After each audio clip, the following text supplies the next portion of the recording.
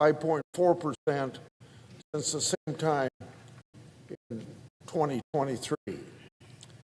That's not as bad as it was in the 1980s. It was a very catastrophic drop in prices compared to what I just quoted you for now. And in the 1980s, that didn't happen overnight. It kind of crept up on us very slowly. And we don't want to let that happen again. So we need to be vigilant today. When it comes to land prices, as you know, if farmers lose too much land value, they won't be able to leverage against it for debt to cover their expenses. That happened in the 1980s. And as I said, it kind of crept up on us at that particular time. And Congress didn't see it coming soon enough. Congress waited too long to act. Farmers have been pleading with Congress for the last 2 or 3 years before Congress had been pleading in the 1980s, pleading with Congress for 2 to 3 years before Congress was able to pass some help for the farmers. In the meantime, farmers went bankrupt, and a lot of farmers were lost due to suicide. Now, that may sound everyday business, but if you've been operating a family farm and you were the 5th or 6th generation doing that, you lost it because of bankruptcy, low prices, land values going down, you become depressed and ashamed, and I'm sure that's why a lot of people committed suicide. Now, we have a farm safety net in place. We have tried to be on top of farmers' mental health to a greater extent than in the past. So hopefully all these bad things that happened in the 1980s won't happen again. But I'm here saying I don't want to see it happen again. But we can't be complacent knowing the history of Congress being too slow to act. So Congress ought to act now before it's too late. I yield the floor to Jesse Anderson. Call the roll. Ms. Alsop Brooks.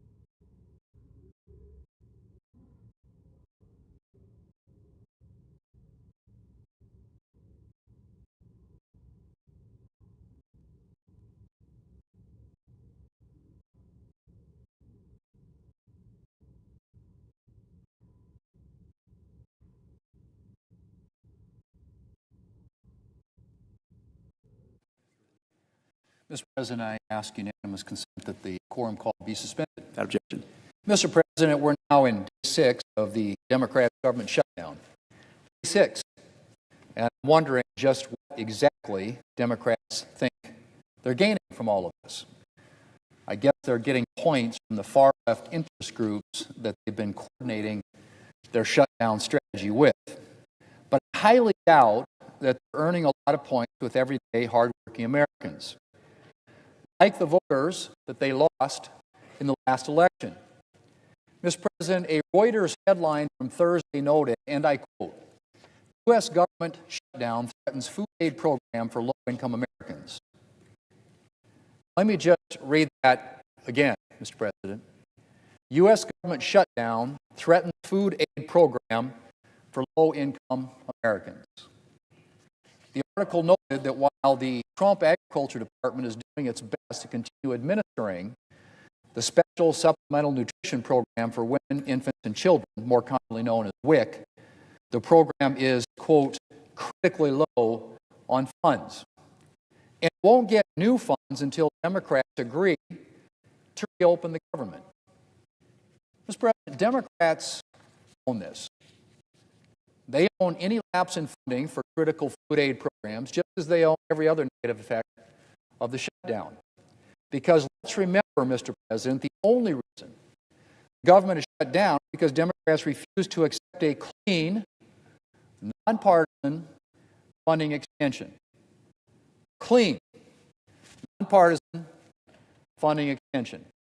We didn't ask Democrats to swallow any new Republican policies. We didn't ask them to swallow any partisan riders. We simply asked them to agree to a clean, nonpartisan bill. The same kind of bill, Mr. President, I might add, that they voted for 13 times. 13 times during the Biden administration. The Democrats said no. And I should know, Mr. President, that you don't have to take my word for it on the facts of the bill. Republicans aren't the only ones pointing out that this is a clean CR. Here's what the president of the Teamsters Union had to say the other day, and I quote, "A shutdown will hurt working people, period. Senators should pass the House-passed clean, short-term funding bill," end quote. Senators should pass the House-passed clean, short-term funding bill, end quote. Again, that's from the president of the Teamsters Union. Or no, you could take the word of a mainstream journalist who recently noted, and I quote, "In a vacuum, this CR would get almost every Democrat vote." It just would. This is a clean CR that has no partisan riders, extends a bunch of programs that are Democrat priorities. It's clean. It's clean, Mr. President. So to summarize, Democrats have shut down the government because they refuse to accept a clean, nonpartisan bill. And why are they refusing to accept it? After all, as I mentioned, they supported similar bills 13 times during the Biden administration. The reason that they refuse to accept it is that Democrats still cannot get over the fact that the American people elected President Trump. And when their far-left base demanded a showdown with the president, Democrats fell in line. And now it's the American people who are suffering the consequences. I quote again, U.S. government shutdown threatens food aid program for low-income Americans. Threatens food aid program for low-income Americans. Mr. President, 3 Democrats have rejected their party shutdown politics and voted with Republicans to reopen the government. All Democrats will get another chance to vote to reopen the government later today. And for the sake of the American people, I hope at least a few more Democrats will join us to pass this clean, nonpartisan CR and let the Senate get back to work. Mr. President, move to proceed to executive session to consider calendar number 459. Questions on the motion? All those in favor say aye. Aye. All opposed, no. The ayes appear to have it. The ayes do have it. The motion is agreed to. Clerk report the nomination. Nomination, the judiciary, Jennifer Lee Mascott of Delaware, to be United States Circuit Judge for the Third Circuit. Mr. President, I second cloture motion of the desk. Clerk report. Cloture motion, we, the undersigned senators, in accordance with the provisions of Rule 22 of the Standing Rules of the Senate, hereby move to bring to a close debate on the nomination of Jennifer Lee Mascott of Delaware to be United States Circuit Judge for the Third Circuit, signed by 17 senators as follows. Mr. President, I ask consent the reading of the names be waived, Declaration. and I move to proceed to legislative session. Questions on the motion? All those in favor say aye. Aye. All opposed, no. The ayes appear to have it. The ayes do have it. The motion is agreed. Thank you, Mr. President. Mr. President, I suggest the absence of quorum. Clerk will call the roll. Ms. Also Brooks.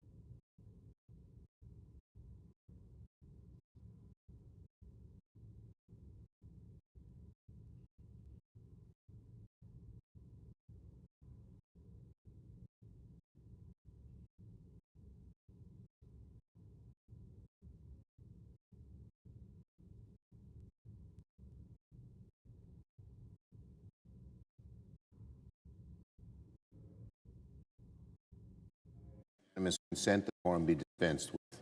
Objection. Thank you, Mr. President. So, Mr. President, today is the sixth day of Donald Trump's government shutdown. Senate Democrats turned to Washington, ready to negotiate.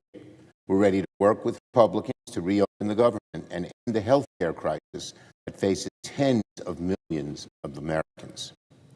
But it takes two sides to have a negotiation. We need the Senate Republicans and the House Republicans and the President to come to the table. Meanwhile, Donald Trump and Speaker Johnson seem to be on another planet. Instead of trying to solve this shutdown crisis, Donald Trump spent the weekend golfing and posting memes and deep fakes on the internet. He seems to think this shutdown is some big joke. He's wrong. People will lose their paychecks. Seniors will see Social Security support services slow down. There will be chaos for travelers. This shutdown is all on Donald Trump's shoulders. And Americans agree, according to the polls. Poll after poll after poll, from CBS to the Washington Post, Marist, Morning Consult, and many others, consistently show that the public sees the president as most responsible for the shutdown. He's in charge. His party holds majorities across the government. So Americans naturally and correctly believe the burden is on him to fix this mess. Speaker Johnson, meanwhile, has canceled yet another week of session for the House. Why? Because the Speaker knows House Republicans are bitterly divided on health care. He knows a large chunk of his conference doesn't want to fix people's premiums at all. Right-wing MAGA folks. Meanwhile, some of his less extreme members feel a necessity to fix this mess. The Speaker knows these divisions in his conference are serious and deep. So what does the Speaker do with these divisions in his conference, almost irreconcilable? He ducks. He chooses the politically expedient way out. He keeps the Congress out of session for weeks at a time, passes to the Senate a partisan bill with no Democratic input. That's not leadership. That's derelict. Even today, the Speaker said that we can deal with the ACA crisis sometime later. He said, wait, kick the can down the road, to postpone any negotiation until the very last minute. Speaker Johnson, I ask him a question. Why the wait? Why not solve this crisis now? If you're not ready to solve it now, how do we know you're going to solve it 45 days from now? When you won't even do it now, the same reasons that hold you back now will exist then. Insurers are waiting around to set rates for next year. They're doing it right now, not 3 months from now. Delay has always been Speaker Johnson's MO. Speaker Johnson has survived by kicking the can down the road on every major issue under his speakership, promising everyone the thing they wanted is just around the corner. He did it repeatedly with the Freedom Caucus, for instance. And he's doing the same thing now with health care. Speaker Johnson is serious about lowering costs and protecting the health care of the American people. Why wait? Most of America, when Johnson says later, they know he means never. Democrats want to deal with the health care problem now. A recent poll by KFF shows that 80% of Americans want to extend the ACA tax credits, including 60% MAGA Republicans. That's where the people are. A CBS poll also found that 75% of Americans don't think the administration is focused enough on lowering costs. Well, lowering health care premiums would be one of the very best ways to lower costs, because those costs are going through the roof. Many estimates show the average American would pay $1,000 more for health care. Listen to this. If you're a couple, 55-year-old couple makes $80,000 a year, your premium could go up $25,000 a year. How is anyone going to deal with that issue? Why is Johnson waiting? But But yet again, Speaker Johnson and MAGA Republicans continue to lie and change the subject. Donald Trump does the same thing. The Speaker today once again lied. Democrat proposal would provide health care benefits to undocumented immigrants. He cited a page number and section within our proposal. He said supposedly proves the point. Of course our proposal doesn't say that. As the Sunday Show talk commentator Johnson sent down with this weekend pointed out, and he had no real rebuttal, saying that Democrats' proposal provides health insurance to undocumented immigrants, plain and simple, a blatant lie. It was a lie yesterday, it's a lie today, it'll be a lie tomorrow.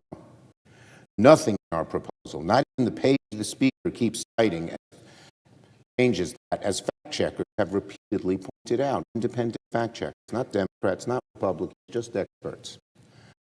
Undocumented immigrants are not eligible for Medicaid, Medicare, or ACA credits under current law or under the Democratic continuing resolution proposal.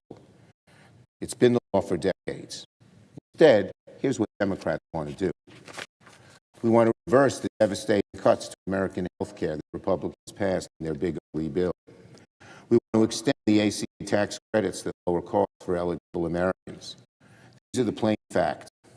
But Speaker Johnson and Republicans don't want to deal with the facts. They don't want to talk about health care because they know the American people are appalled by their health care policies. So instead, they lie, change the subject. And Speaker Johnson and the House Republicans would rather duck out of town than come into session and do their jobs. You know, when Leader Jeffries and I met with the President, he, of all people, seemed at least to somewhat appreciate the immense harm of letting these ACA credits expire. Of course, we had to walk the President through it first, because it seemed he had no clue of the crisis before our meeting. Frankly, what should happen now is this. The President should lean on Speaker Johnson to relent on his extreme refusal to negotiate. It's not a sustainable position for the Speaker to literally shut the entire House down and not do anything to solve this crisis. Again, wait. Democrats are ready to solve this now. We urge Donald Trump to get Speaker Johnson and our Republican colleagues to come to the table with Senator Jeffries and I, negotiate and address this problem and fix it once and for all. I yield the floor.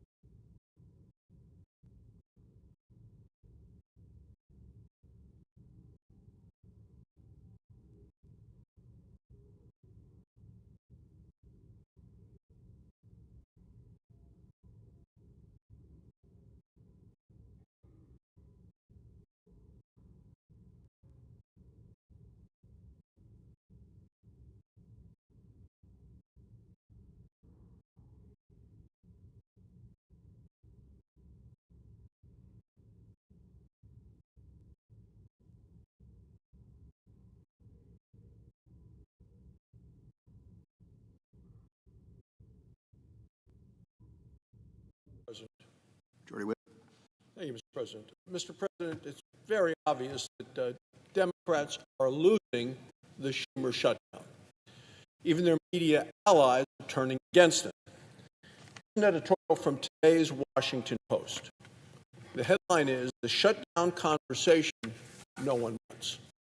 The Washington Post editorial board today wrote this, quote, "Democrats have demanded that Republicans agree to extend the COVID-era insurance subsidies without proposing any way to pay for it."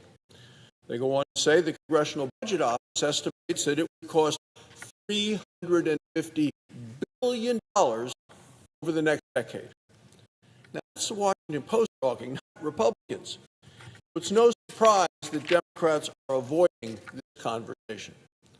Obamacare is broken. Obamacare is a failure. Now Democrats are holding the American people hostage to prop it up. The Biden bonus COVID payments are a bait and switch. Democrats created them in 2021. They did it as a temporary COVID program. They extended them temporarily to 2022. They set an end date of this year when they extended it once again. Now these same Democrats are demanding that they become permanent at a cost of $350 billion. It's unacceptable. This is a system that is riddled with waste, with fraud, abuse, and corruption. Big insurance companies are rewarded with direct payments from the federal government to the insurance companies. Hardworking taxpayers are left holding the bill. Many of these policies, there are no premiums, no deductible, no income limit, no accountability. Even families making $500,000 a year, they still qualify for these Biden bonus COVID payments. This is reckless, permanent new spending. The American people can't afford it. The American people know it. Even the Washington Post knows it and has reported on it today. Democrats lost the election, they lost their media allies, and now they have lost the argument. Mr. President, on a related matter, here we are, day 6 of the Schumer shutdown. Senate Democrats have now voted 4 separate times to keep our government closed. Radical Democrats are shutting down the government with an outlandish list of demands, and you've seen them, Mr. President. Included in that list, giving free health care to illegal immigrants. When the interests of Americans and illegal immigrants collide, Democrats always seek to benefit the latter at the expense of the former. Back to the last Democrat primary for president back in June of 2019, when they were having a big debate on live television. There were so many candidates that they actually had to do 2 separate nights to get them all on the stage. Every running candidate for president was asked in that one debate if their platform would give free health care to illegal immigrants. Every single Democrat candidate on the debate stage that night raised their hand and said yes. Every one of them promised to give free health care to illegal immigrants.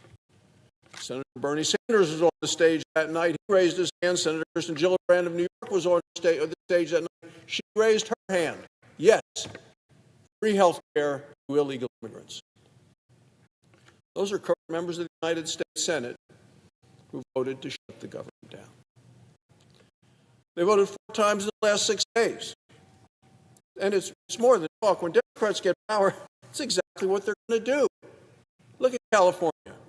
In 2024, Governor Gavin Newsom expanded state-sponsored health care to illegal immigrants. He actually bragged about it. So there's no hiding from this. 1 year later, the Los Angeles Times reported that doing this costs had tripled. There was a headline dated March 13th of this year. It says, cost of undocumented health care in California is billions over estimates. Go on to say, pressuring Democrats to consider cuts. Instead of $3 billion a year, the California health care system costs taxpayers $9.5 billion by providing health care to illegal immigrants. California financed its health care for illegal immigrants through a money laundering scheme aimed at the federal government. They used it to increase the state's Medicaid payments from the federal government directly to the state of California. This is money vacuumed away from hardworking Americans and from the vulnerable people in this country, our friends and neighbors who need Medicaid the most. What California do with it? They use it for illegal immigrants, not for U.S. citizens. President Joe Biden and the Democrats, they went even further. Apparently they weren't liberal enough in doing that. Joe Biden created multiple illegal parole programs when he was president. It was a blatant attempt at amnesty by the sleight of hand. Parole is supposed to be rare, it's supposed to be temporary, it's supposed to be case by case. And because I'm talking about the flood of illegal immigrants that have come into this country across the southern border, people saw them on television. Joe Biden abused presidential parole authority and turned our law on its head. Democrats made non-citizens who were paroled eligible for free health care. Look no further than the illegal immigrant who murdered 22-year-old nursing student Laken Riley in Georgia. He crossed the border illegally in 2022. The Biden administration released him into our country instead of removing him. The Biden administration paroled him for what they claimed were, quote, urgent humanitarian reasons of significant public benefit. And then murdered a nursing student. Joe Biden made Laken Riley's killer eligible for taxpayer-funded health care. Democrats even promised free health care as an enticement to attract illegal immigrants to our southern border. It was a magnet. Well, Democrats have now shut down the government. Why? To defend a system where Laken Riley's killer can get taxpayer-funded free health care. That's who they are. That's their beliefs. That's their commitment, not to the American people, but to the illegal immigrants. Well, Republicans closed the loophole, Mr. President. Our working families' tax cuts put in place strong eligibility verification requirements. So that person can't qualify anymore. Anyone like him. It also ended the gimmick that allowed California to fund health care for illegal immigrants through higher federal Medicaid payments, the way they siphon money from the federal government into California to pay for illegal immigrants. Meanwhile, what we've seen is President Trump and Homeland Security Secretary Kristi Noem rightfully terminated all of these Joe Biden categorical parole programs. We should have never let him in the first place. Now we have terminated him. And the Supreme Court was called into play in an action here. The Supreme Court upheld this decision by the Trump administration after several rounds of left-wing lawfare. President Trump is securing the border. He's putting American citizens first, not illegal immigrants. That's the difference between our parties. Democrats want to undo all of that. That's why they're holding the nation hostage by shutting down the government. That's what this fight is all about. Let's be clear. By shutting down the government, Democrats are putting illegal immigrants ahead of American citizens, ahead of our veterans, ahead of our military, ahead of our seniors, ahead of our children. It is reckless, it's radical, and it is wrong. It's time for it to end. So today, Mr. President, the Senate is going to vote for a fifth time on our bipartisan continuing resolution. We want to reopen government. It passed the House with bipartisan support. The Senate this evening will have a simple choice once again. Vote to reopen the government, put America first and Americans first. Or vote with Senator Schumer to put illegal immigrants ahead of the American people. Voting with Chuck Schumer tonight will keep the government closed. Thank you, Mr. President. I yield the floor. The roll. Also Brooks.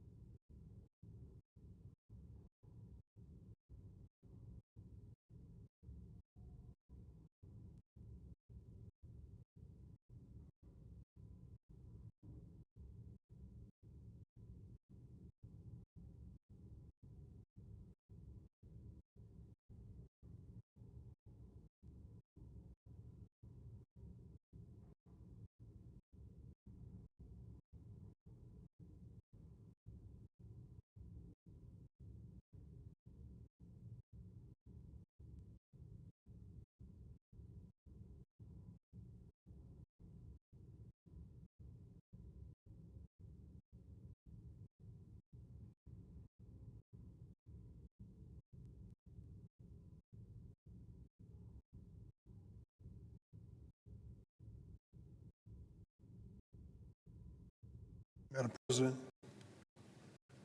The Democratic whip? are we in a quorum call? We are not. Thank you, Madam President. We are.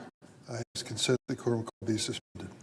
Without objection. Thank you, Madam President. Madam President, on Friday, in the midst of a Republican-led government shutdown, President Trump revealed his priorities. It isn't to protect the health care, the health insurance of millions of Americans who are about to lose their insurance or see premiums skyrocket. Nope, that's not it. The President's priority: to deploy militarized immigration agents and National Guard troops to more American cities. Why? Purely for political theater and to advance his extreme agenda. In the early morning hours of Tuesday last week, while this government barreled toward a shutdown, President Donald Trump launched a military law enforcement assault on the city of Chicago. In the city's South Side neighborhood, hundreds of federal agents, many hiding their faces with masks, repelled from Black Hawk helicopters, darted out of disguised moving trucks, armed with military-grade weapons, to descend on a targeted apartment building in the city of Chicago. They swarmed through the building, knocking down doors, tearing up homes. And it appears that these agents knew nothing in advance about the residents whose homes they were destroying. In fact, in the dead of night, federal agents reportedly started checking on the residents as they brought them out of the building. Residents that included American citizens and children. They checked on them to see if maybe they had an outstanding warrant for their arrest or were undocumented. Picture this, if you will. You're with your family in an apartment building, a helicopter lands on the roof, federal agents with masks on batter down your doors, drag you and your children out of their beds into the street, and start an interrogation as to whether there's any undocumented person present. America. Many were yanked from their homes and their beds and detained shirtless and without clothing. Some were detained using zip ties, including children. Here's what one witness to the event said. Kids were crying, people were screaming, they looked very distraught. I was out there crying when I saw the little girl come around the corner because they were bringing the kids down too. They had them zip tied together. In the middle of the night in the city of Chicago, an assault on an apartment building in America. The witness continued, one of the agents laughed out loud. He said, F them kids. 4 U.S. citizen kids with undocumented parents were separated from their parents who were taken into custody. Secretary Kristi Noem's Department of Homeland Security posted to social media a highly produced video of the raid, her version of the story, because that's all this is to them, a promotional video, political theater. The human toll must be immense. What if it was your child, yanked out of his bed in the middle of the night, hands zip tied behind him, brought down with few of any clothes on, standing in the street while all this is happening, watching his parents be arrested in America. In another case, ICE agents fired a pepper ball into CBS Chicago reporter Lazo Rizzi's car. What was her crime? Driving by the Broadview ICE facility to report on the protests there. It's known in the Constitution as freedom of the press. Doesn't seem to impress Kristi Noem. I've long fought for humane reform to our immigration system on a bipartisan basis and evidence-based ways to reduce crime in our cities. If the president is serious about fixing our immigration system, or lowering crime in our communities, I'm all in. But sending in militarized federal immigration agents and National Guard troops to terrorize Chicago or any American community in any state is not the American way. Excuse me. These actions accomplish what I believe is the president's true intention here: spreading fear in America, especially among immigrant communities. And he's been very successful. I go to these communities virtually every weekend when I return back to Illinois. I meet with the people who live there. They are scared to death. People who have been here for years, no criminal record, no reason to be removed, working and paying taxes, are afraid to shop and afraid to go to church. Last week on the floor, I warned about this, and I have for some time now. The president's decision to unleash military personnel against the city of Chicago and American communities is another pillar in his master plan to weaponize the federal government against those he views as the enemy within. Where did that phrase come from? From the mouth of the President of the United States speaking to the military leaders of the United States. He told them to be fearful of the enemy within and to use American cities as their training ground. Think of that.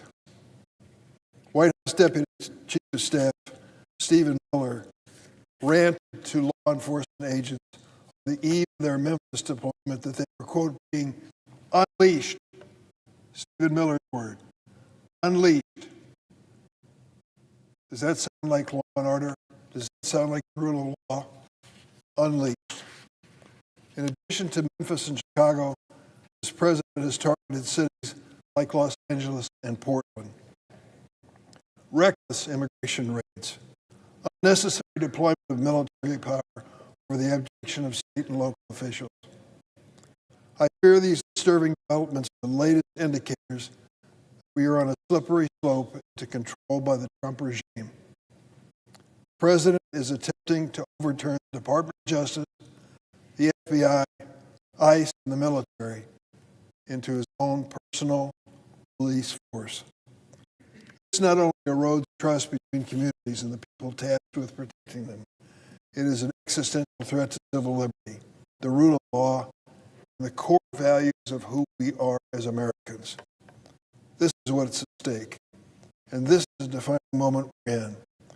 In times like these, you have a choice. You can stand up and speak out, or you can be silent, or maybe you can share. It's your choice as an American. But think about it if it was your family, in the middle of the night, people crashing through the doors, yanking you and your children out of bed into the street, arresting people. Remember what the goal was when we got started with this? The president made it very clear. We were after undocumented people, illegal people in the United States who were rapists, murderers, terrorists, criminally insane, and child predators. The president was very explicit. These are the people we're going after. We'll tell you their names as we arrest them. So what percentage of those that's been arrested with this mass deportation, detained by ICE, what percentage of them have a criminal record? Fewer than 30%. By a 2-to-1 margin, innocent people are being dragged into this. In the middle of the night in the city of Chicago in an apartment building. Children are being treated like pawns in the Trump political game. Today, Illinois Attorney General Kwame Raoul filed a lawsuit to block the administration's unconstitutional attempt to deploy troops in Illinois. I joined with all my Democratic colleagues in the Illinois delegation, calling on the president to immediately rescind this unnecessary, dangerous deployment of the military to Illinois. I've spoken personally to the governor of our state, J.B. Pritzker, several times this weekend as the story developed. He did not ask for the National Guard troops to be sent in from Texas or any place. There is no need for it. To protect federal facilities are to protect the people living in the city of Chicago. I'm a continuous ranking member of the Senate Judiciary Committee speaking out, and I appeal to my Republican colleagues who are watching this in silence. It could be you. You could have an opportunity soon for the president to send in troops. It's not likely as much from the Republican side. Very few of their communities have been targeted. If you happen to live in a state that did vote for Donald Trump, buckle up. He's coming down on you, whether it's California, Oregon, or Illinois. I'll close with this. At that Tuesday morning raid, videos taking of the scenes showed detained immigrants being held in an adjacent parking lot.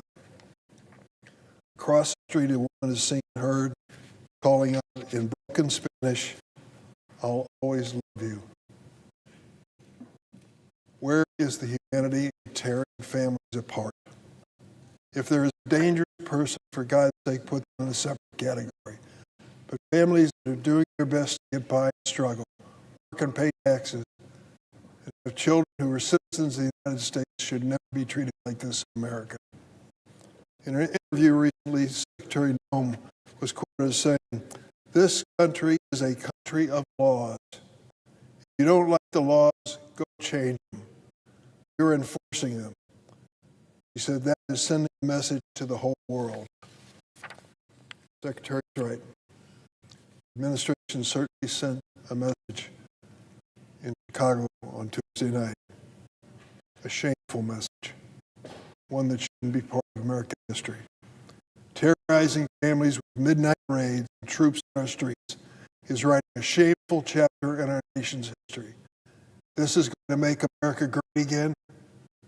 President Trump is not intent on fighting crime.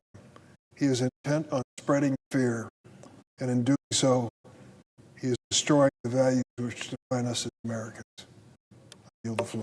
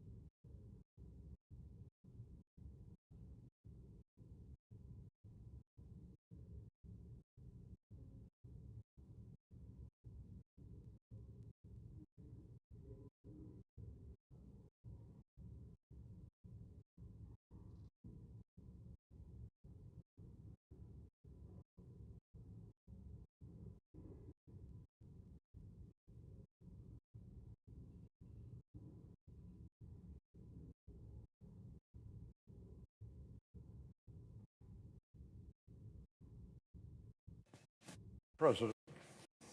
The senator from Texas. President, we're on a quorum call. You're not. Madam President, it's been 6 days since Democrats have shut down the federal government. They did that by blocking a clean, continuing resolution, as it's called around here, a stopgap spending bill that would take us to November the 21st to provide enough time to try to work out appropriations bills for full-year funding, which are highly preferable to simply operating on autopilot, as a continuing resolution would do. And this has already passed the House of Representatives. So all we need to do to reopen the government is for five Democrats to join 3 other Democrats and Republicans to vote to reopen the government, not forever, but for the next 9 weeks or so. Let's not forget that it was partisan antics on their part that brought us where we are today. We've now voted not just once, but 4 times on the House passed clean government funding bill. All 3 Democrats have seen the light, as I said earlier, and have joined Republicans in voting for a clean, continuing resolution. They have routinely done this in the past. When President Biden was in office, when Chuck Schumer was the majority leader, we voted for, I think, 13 separate continuing resolutions. But so far, they've refused to do so out of pure spite and partisanship. Government shutdowns have unfortunately become far too common in Washington. I think it's important to take a minute to consider the impacts, the real-world impact on our constituents back home. Since Texas is obviously one of the largest states in the country, it will suffer an outsized impact. Lone Star State is home to about 130,000 federal civilian employees. This number includes 33,000 who work with the Veterans Health Administration. These are the folks who serve our veterans, who we are duty-bound and obligated, morally obligated to support. But 33,000 of them will be negatively impacted by this shutdown, already have been. Almost 18,000 of these employees of these total number, work for U.S. Customs and Border Protection. These are the folks that stop illegal drugs from entering the country and make sure that illegal aliens don't make their way into the country, as we've seen during the last 4 years. Close to 6,000 Texans work for the Transportation Security Administration, the folks that we you encounter at airports and various different ports help manage the flow of travelers going to and from security screenings before they board flights. Finally, the Lyndon B. Johnson Space Center in Texas has 3,000 employees, but is expected to furlough about 70% of them due to the lapse in federal funding. What happens to these federal employees during a government shutdown? Well, the most dramatic thing that happens to them is they don't get paid.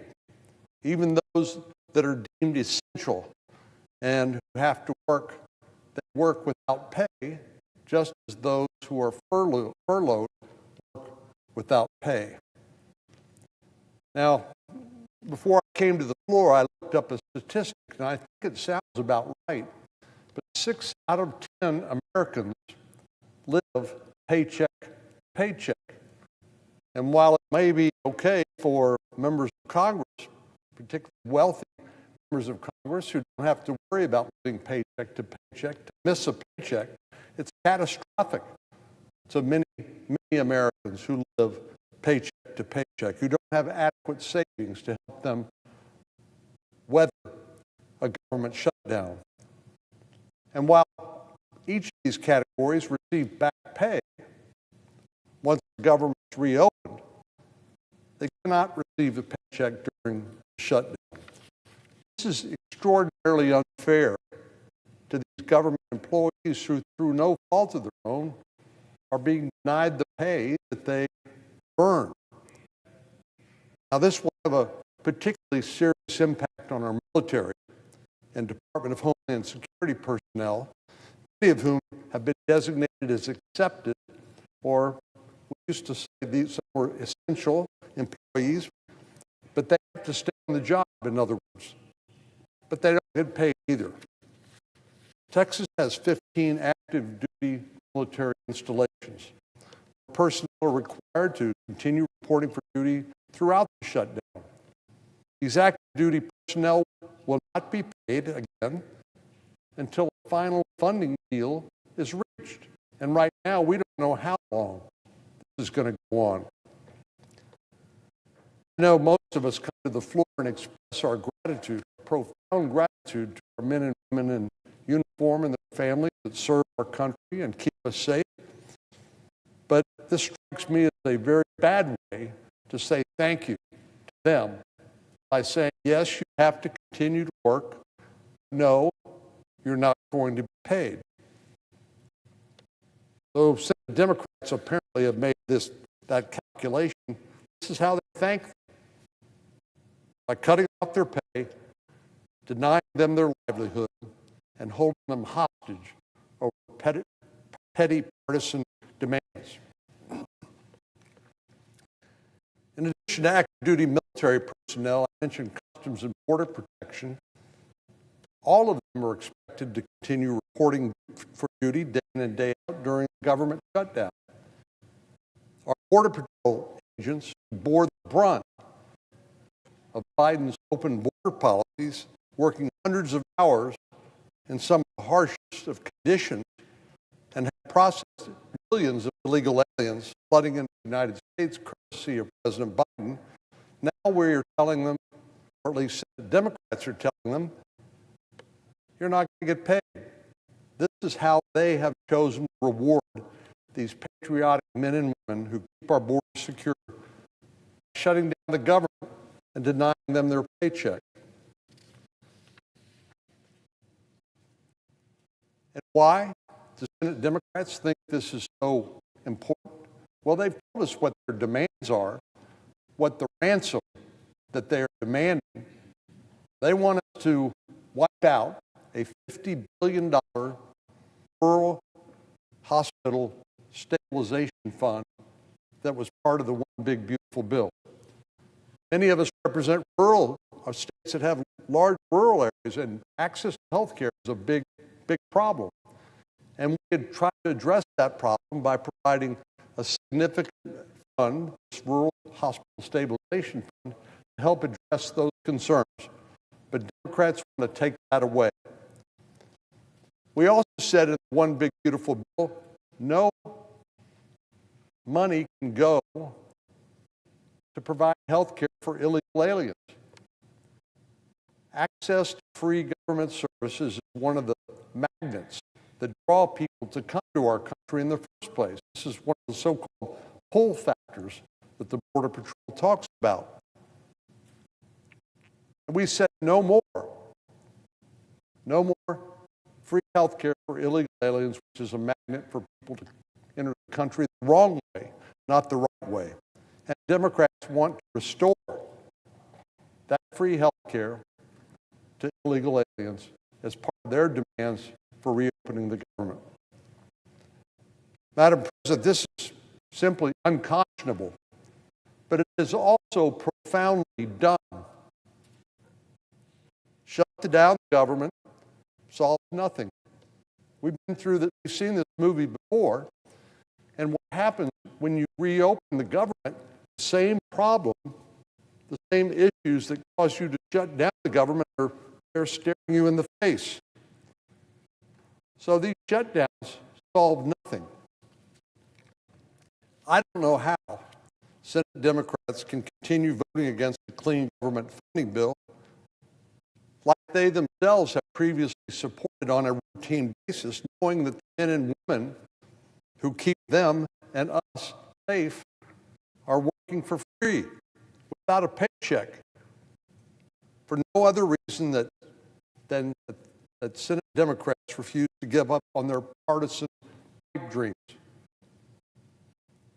FEMA employees, Federal Emergency Management Agency, who are first responders in a case of natural disaster, are also expected to continue to be working without pay during hurricane season, no less.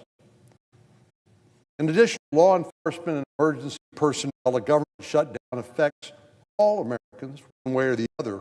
It affects travel, it affects access to public lands. TSA workers and air traffic controllers have to keep working.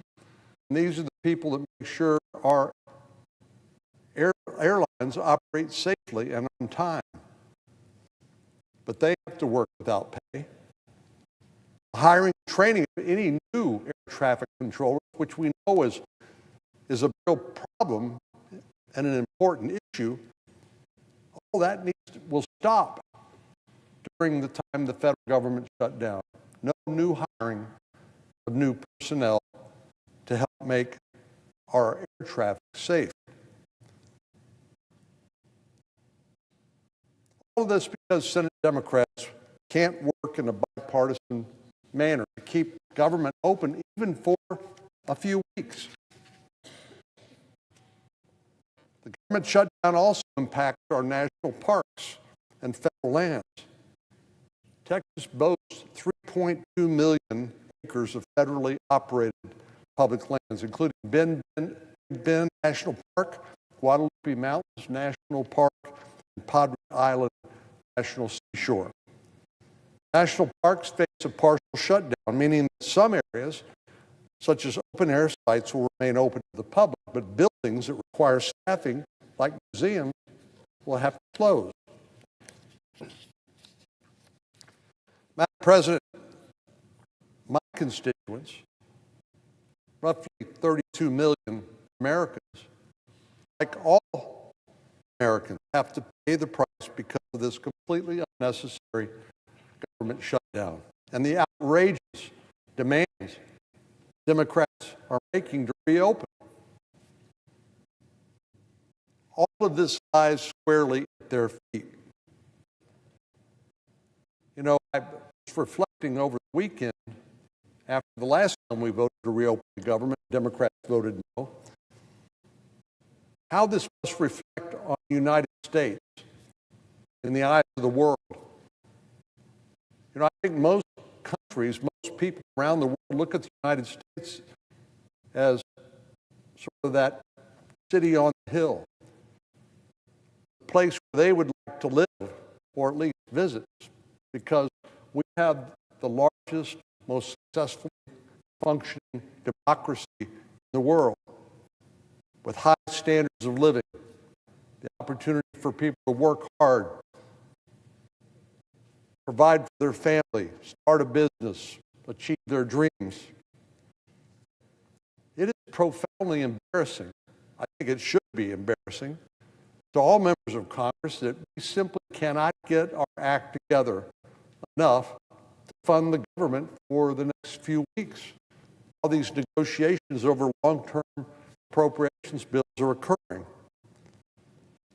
This kind of dysfunction is completely unworthy of what is known, what is used to be known as the world's greatest deliberative body. The unfortunate reality is it doesn't have to be this way. Many of our Democratic friends have from time to time talked about various things being a threat to democracy. Well, being unable to pass a bill to fund the government to keep the lights on and keep people, government employees paid, that strikes me as a threat to our democracy. Senate Democrats have long preached the virtues of bipartisanship, especially when it comes to avoiding government shutdowns. And in the past, they wagged their finger. We've seen it all on social media and on cable TV. They've said shutdowns are idiocy. That's what the Democratic leader said on TV years ago when the shoe was on the other foot. He said it's idiocy. Well, I agree with him. It was idiocy then, and it's idiocy now. The American people may not understand the ins and outs what goes on here. What they smell from a mile away is hypocrisy. And that's all this is, sheer hypocrisy.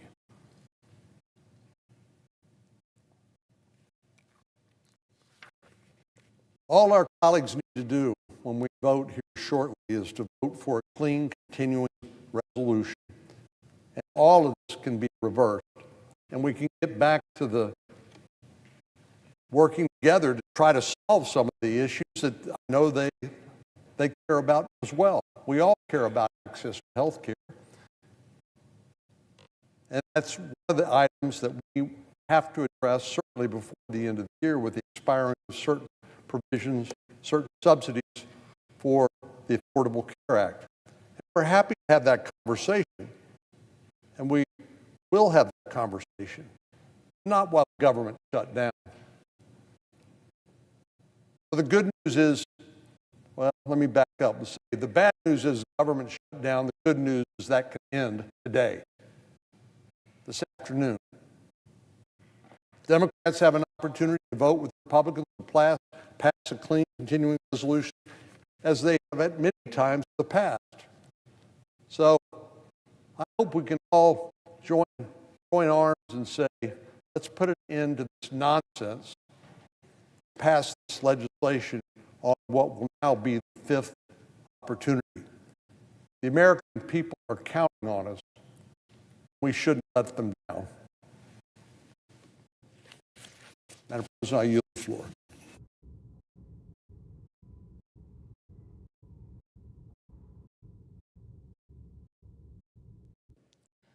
Madam President. The senator from New Jersey. Madam President, I asked people back home in New Jersey how they felt about this moment in our country. And what I heard falls into this category, saying that they said that they felt like things are spinning out of control.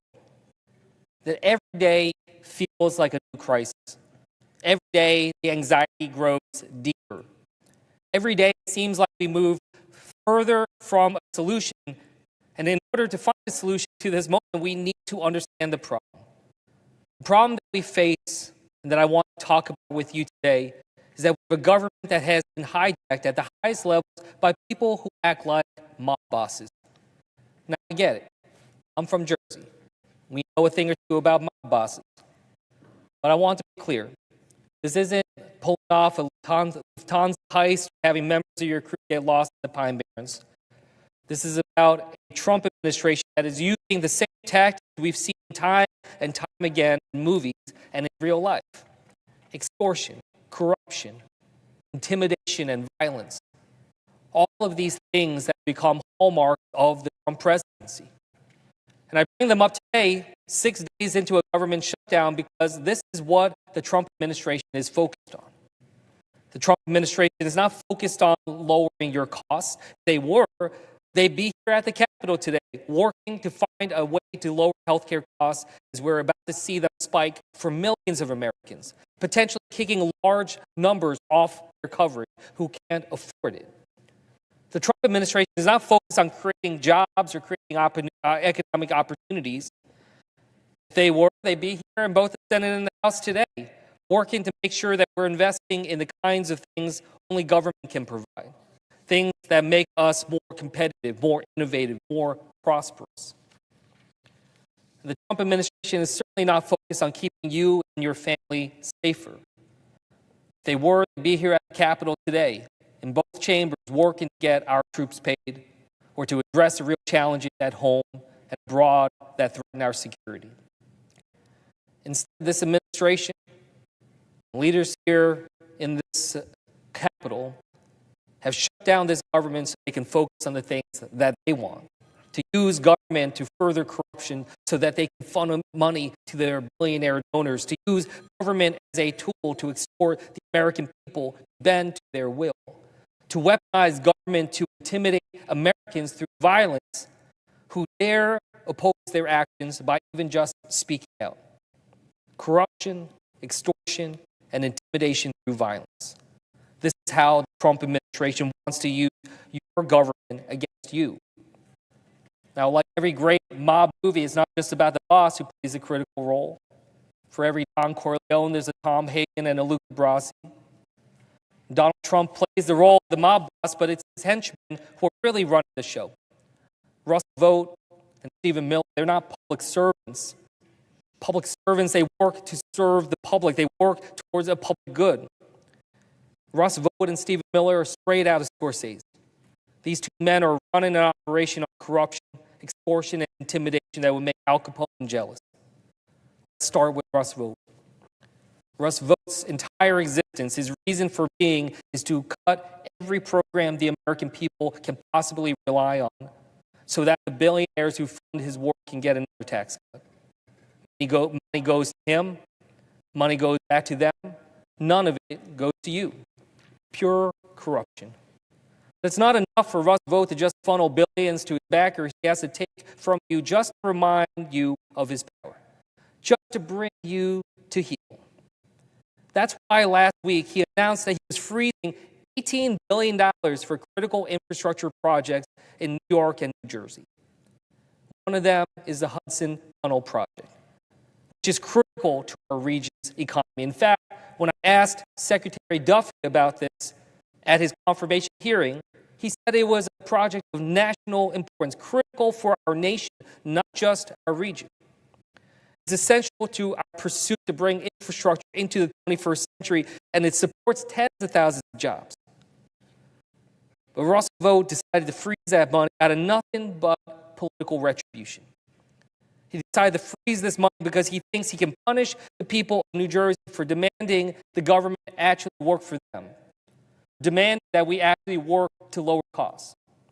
It doesn't just stop at New Jersey. He froze billions of dollars for transit projects in Chicago and more than $8 billion in Department of Energy projects in states across the country just because those states voted for Democrats in the last election. He didn't try to stop those exact types of projects in states that voted for Donald Trump in the last election. Russ Vought acts like a mob boss because he thinks he can use his levers of government to funnel money to his friends and take away your services when you've gotten out of line. Last week, I went to New Jersey for a day and heard from my constituents about how they're seeing this shutdown. And one woman said something that really stuck out to me. Because I asked her, if you had a chance to be able to say one thing to Donald Trump and these Republican negotiators, what would it be? And this was an independent voter. She said, I want to tell them that it's our money. It's the American people's money, not Trump's personal bank account. She's absolutely right. This isn't Russell Vought's money to take away whenever he pleases. We've seen him do that through something called rescissions, something that completely ignores the framework our founding fathers put in place nearly 250 years ago. That Congress, on the behalf of you, the people, decide how your money is spent. When that decision is made on behalf of you, your will, your money can't be overturned and taken away simply because a single bureaucratic mob boss decides to exercise his power. It's not just taking money away. We need to remember that this isn't Russ Vaught's money to use as a tool to extort his imagined enemies into following his orders. We need to remember that this is your money, it's your government, and it should work for you. But right now, the Trump administration isn't working for you. It's working to grow and consolidate its own power. And that brings us to our second mob boss, Stephen Miller. Stephen Miller thinks he's the enforcer. He thinks it's his job to defeat Donald Trump's enemies. Again, like Russell Vought, he doesn't seem to see himself as a public servant. He's not even here to make your family safer or to protect your country.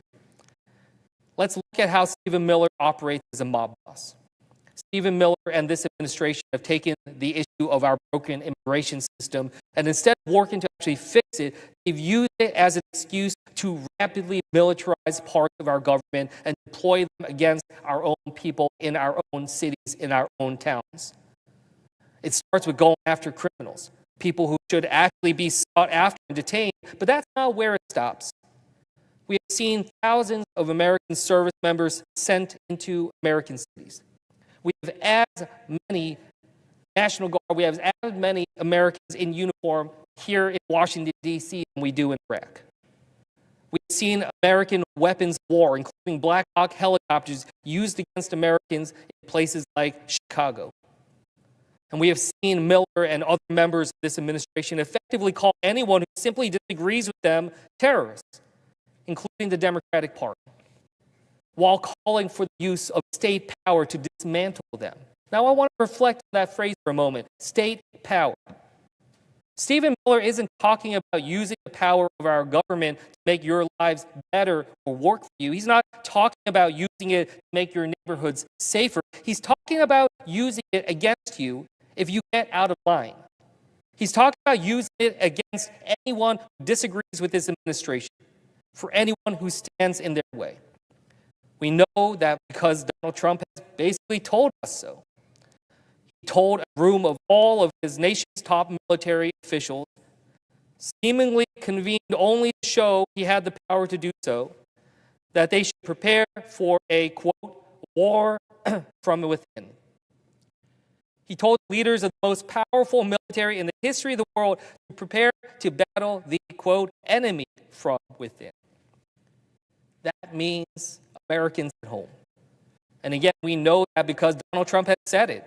In the same convening, he said he wants to use American cities as training grounds for the military. American cities, places where we live, where we go to work, where we bring our our kids to school. That is where Donald Trump wants to exercise power over you. We have the finest military in the world. The purpose of that military is to defend our Constitution, to defend the American people, to deter our enemies and be prepared to fight them if necessary. The American people are not that enemy. And deploying the military in America's streets weakens our readiness to defend against real threats. Donald Trump and Stephen Miller and this administration will keep finding new excuses to seize power and threaten to use it against you. In the words of a federal judge, one that Trump appointed, ours, quote, is a nation of constitutional law, not martial law. And the actions of the Trump administration, quote, risk blurring the line between civil and military federal power to the detriment of this nation. We are seeing this administration launch military strikes against individuals from Venezuela with no legal authorization or justification. We're seeing this administration, Mr. Miller specifically, call legal decisions that he doesn't like, quote, an organized terrorist attack. We're seeing this administration use intimidation and violence as tools not to make us safer, as if that was ever acceptable, but to make us submit. At the end of the day, that is this administration's aim, submission. Like every mob boss, they want you to kiss the ring. They want your loyalty, but not just that, they want your fealty. And the things they don't understand is that Americans don't bend the knee. We don't kiss the ring. We don't pledge loyalty to a boss. This is the people's government. It's not a tool for corruption. It's not a tool for extortion. It's not a tool for intimidation and violence. It is a tool for growing opportunity and prosperity. It is a tool for providing security and freedom. And it's a tool for everyone, not just the bosses. So yes, we need to work to reopen our government. And in doing so, we need to make sure that people don't drown under a wave of rising healthcare costs. But we can't lose sight that this isn't the only fight we've got in front of us. President Trump has handed power to Russ Vought and Stephen Miller, and they've used that power to take away your opportunities, your security, and your freedoms. When we reopen the government, we need to fight to make sure it's working for you, the American people. You deserve better than to live under the thumb of mob bosses. We're going to fight every day to make sure that you can. Thank you, and I'll yield back.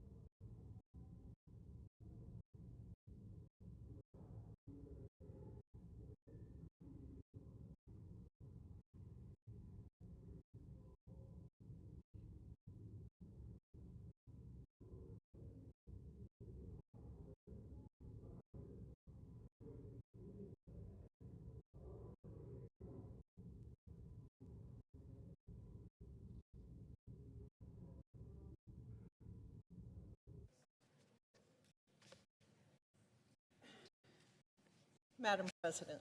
Senator from Nebraska. Thank you, Madam President. For all ag producers, the word tariff makes us nervous. Earlier this year, I took a step back to look at the bigger economic picture, and I became one of the first members of Congress to support the administration's effort to level the playing field on trade. I've said many times that the administration deserves time to secure strong trade deals that benefit Americans. However, the reality is this. Farmers are targeted by other countries like China. I've seen it firsthand back home in Nebraska.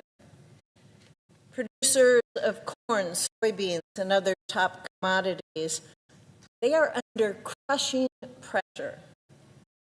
Rising input costs and uncertainty have driven farm finances to levels reminiscent of the 1980s crisis, which bankrupted thousands, and it hollowed out our rural communities. Since 2020, seed costs have jumped 18%. Fuel and oil are up 32%. Fertilizer has spiked 37%, and interest expenses have surged an alarming 73%.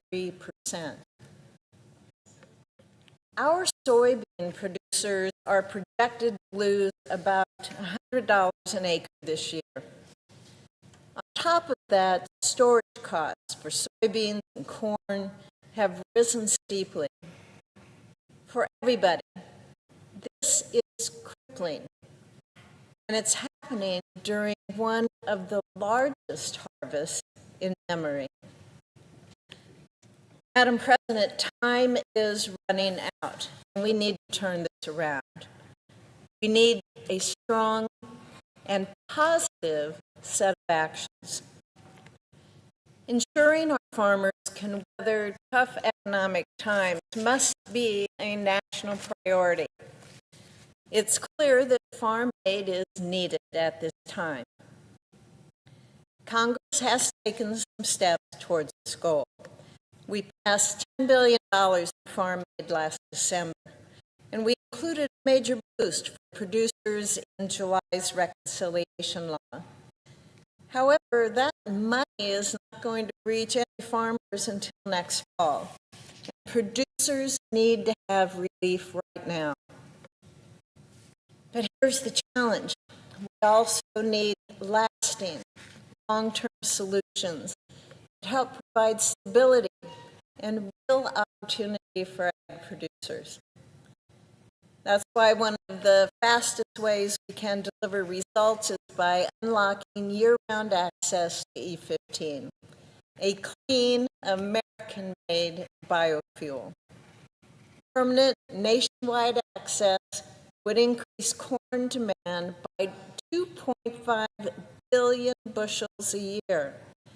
It would lower gas prices for families, and it would drive new revenue into rural communities. President Trump's day one order to promote E15 through his National Energy Emergency Declaration, that was a strong start. But temporary fixes, they don't cut it. That's why I reintroduced my nationwide Consumer and Fuel Retailer Choice Act earlier this year.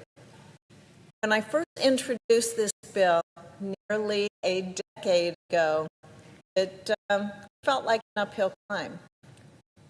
Well, today, momentum is finally on our side. We have strong bipartisan support.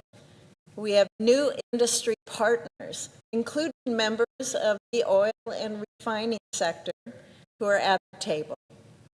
And this is a key piece of Republicans' plan to lower energy costs, to strengthen American production, and to give consumers more choices at the pump.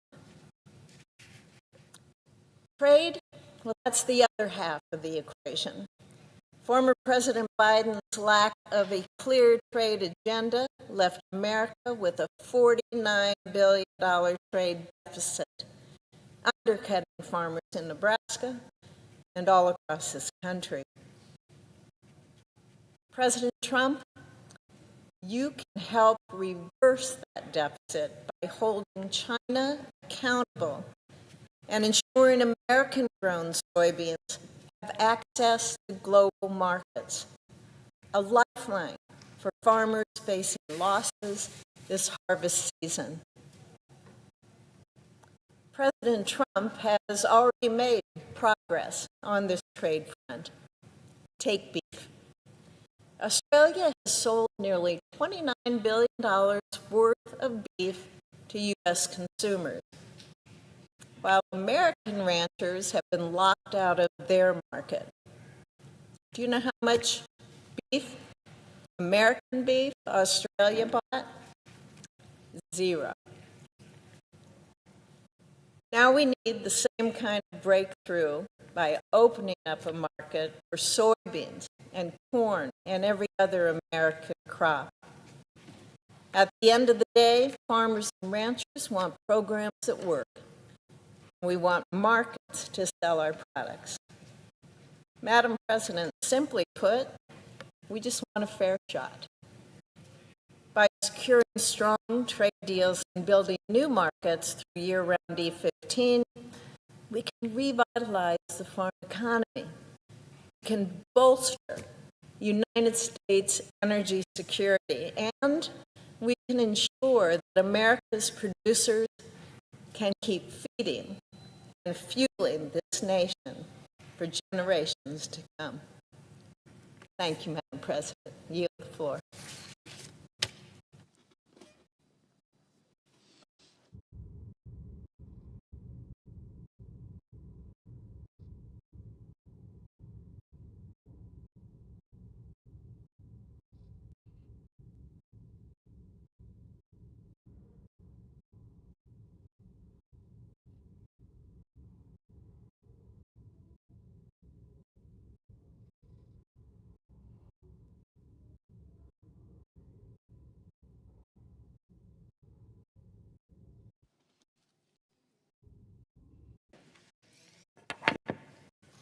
Madam President. The senator from Nebraska. Madam President, I ask unanimous consent that it be in order for the two leaders to enter motions to reconsider without being on the prevailing side with respect to the cloture votes on the motion to proceed to S2882 and HR 5371.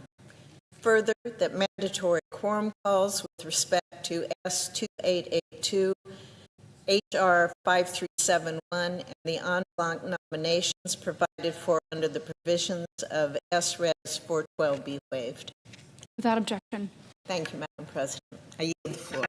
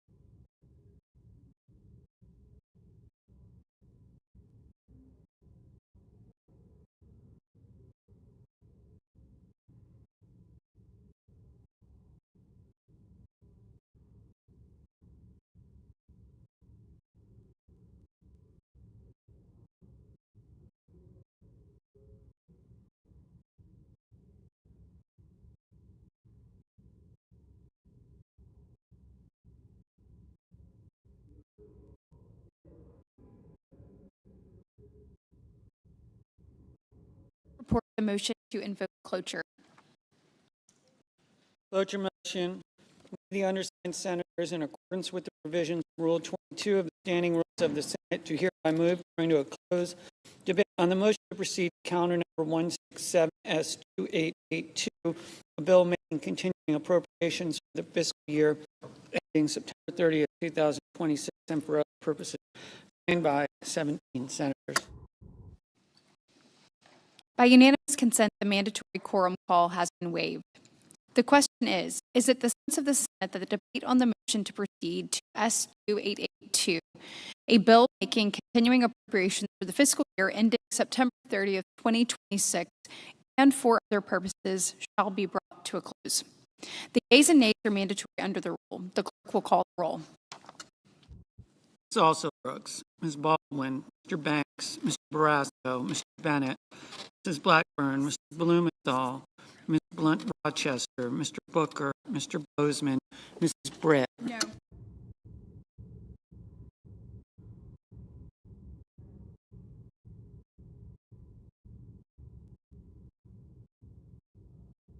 Mr. Budd.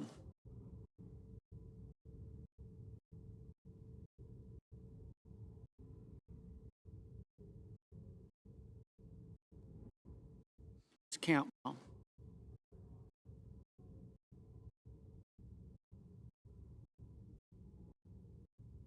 Mrs. Capito.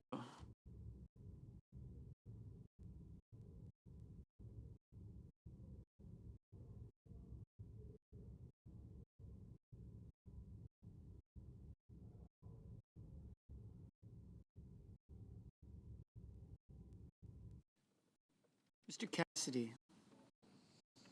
Ms. Collins. Mr. Coons.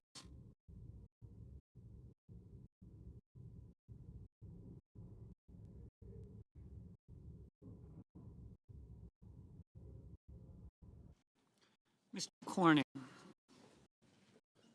Ms. Cortez Masto. Mr. Cotton. Mr. Kramer. Mr. Crapo.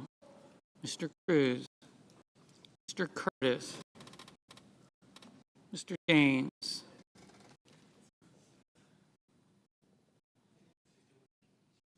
Ms. Duckworth. Mr. Durbin. Ms. Ernst. Mr. Betterman. Mrs. Fisher. Mr. Gallego. Mrs. Gilliram. Mr. Graham. Mr. Grassley.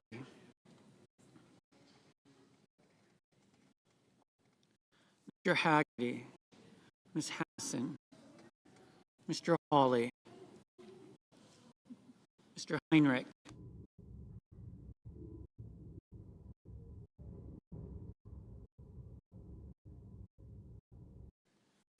Mr. Hickenlooper. Ms. Hirono, Mr. Hoven, Mr. Husted, Mrs. Hyde-Smith,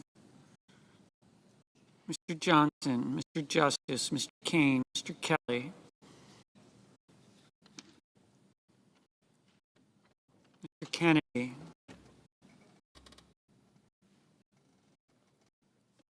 Mr. Kim, Mr. King, Ms. Klobuchar, Mr. Langford, Mr. Lee, Mr. Lujan, Ms. Lummis, Mr. Markey, Mr. Marshall, Mr. McConnell, Mr. McCormick, Mr. Merkley, Mrs. Moody, Mr. Moran, Mr. Moreno,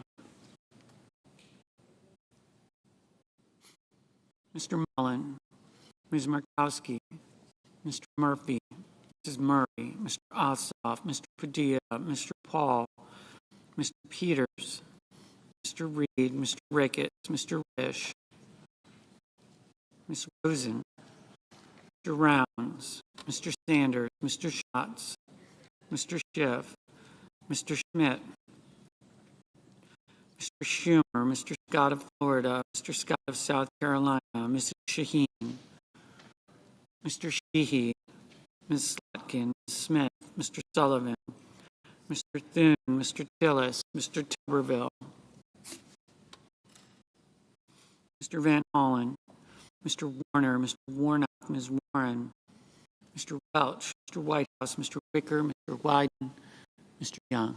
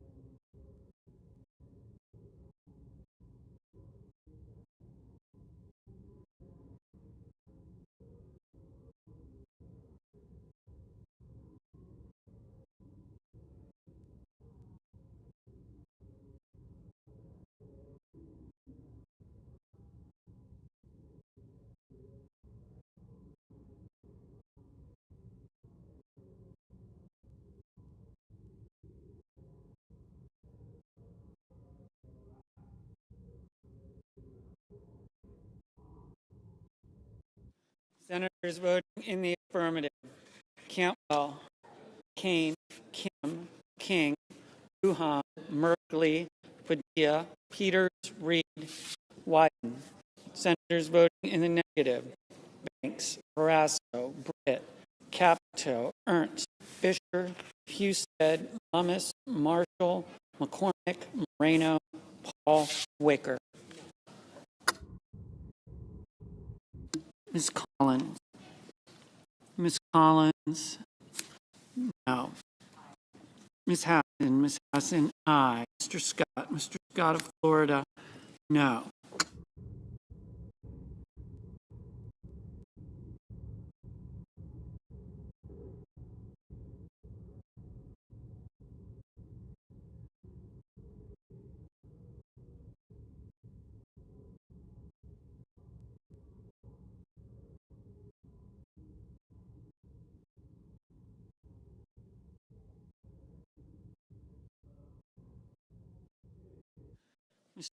Mr. Crapo, no. Mr. Kelly, aye.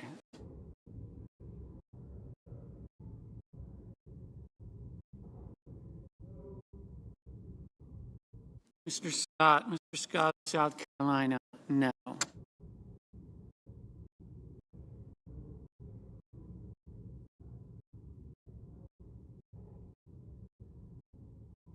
Ms. Smith. Ms. Smith, aye.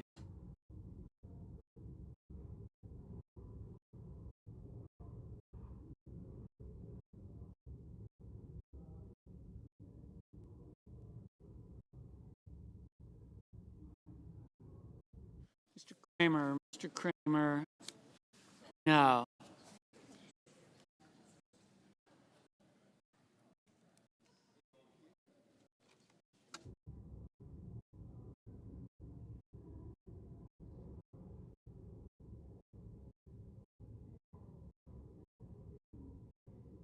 Mr. Justice, no. Mr. Shee, no.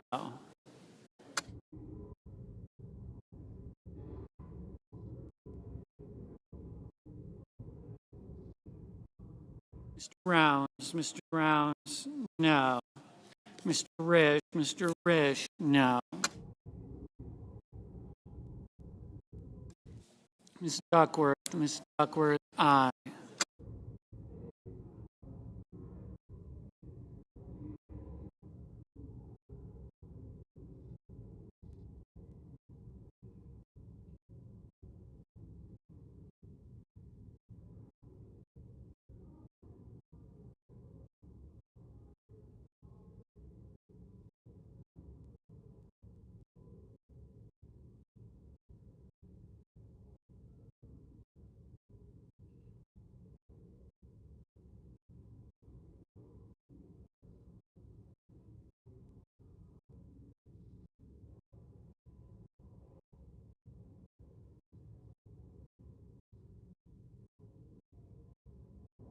Mrs. Hyde Smith, no.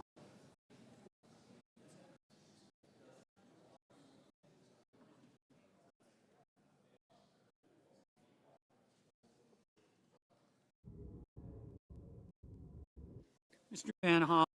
Van Hollen, aye.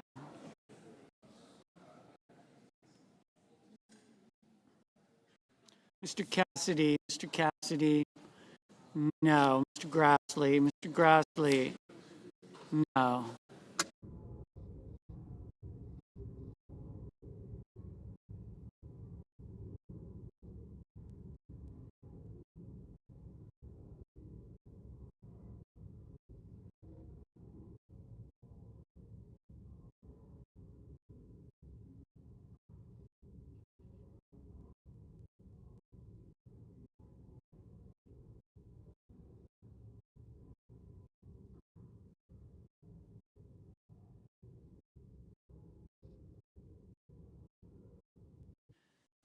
Mr. Tuberville,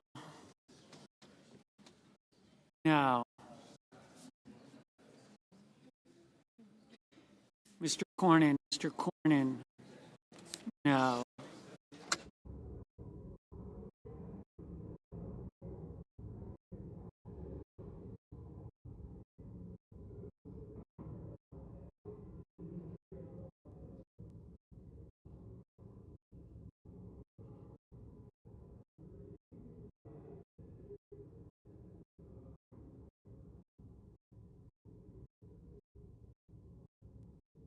Mrs. Shaheen, aye.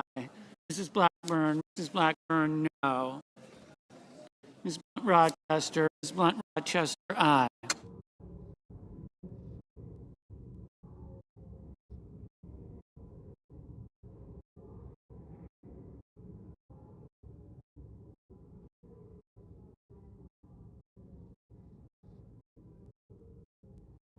Mr. Cotton, no. Mr. Blumenthal, aye.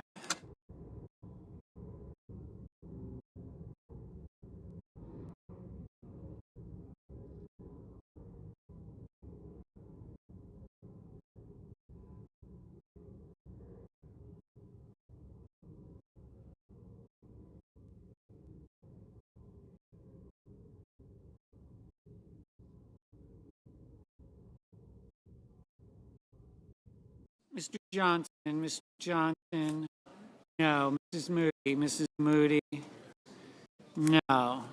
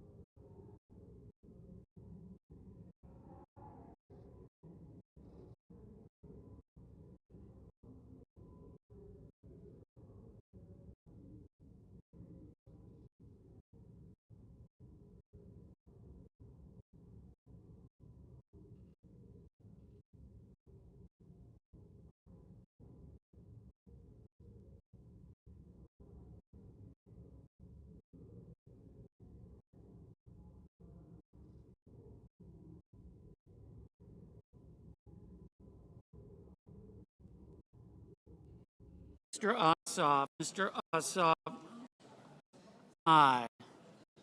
Mr. Moran, no. Mr. Langford, no. Mr. Daines, no.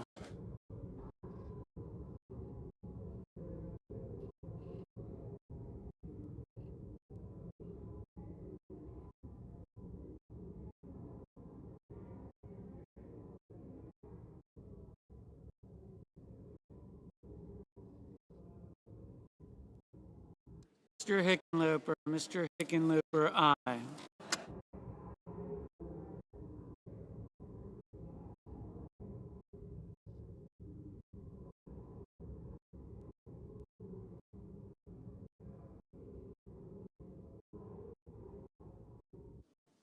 Mr. Mullen, no. Ms. Hirono, aye. Mr. Thin, no.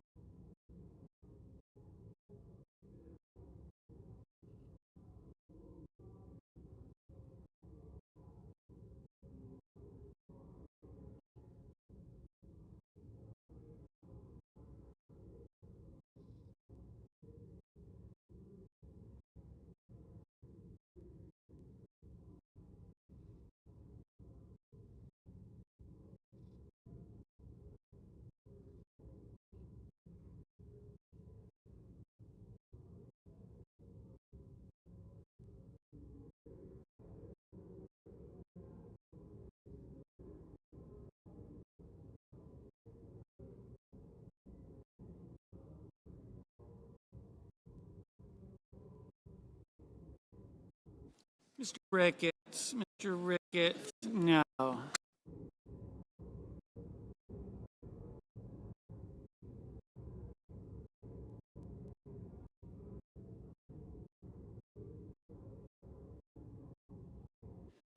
Mr. Fetterman. Mr. Fetterman, aye. Graham. Mr. Graham, no.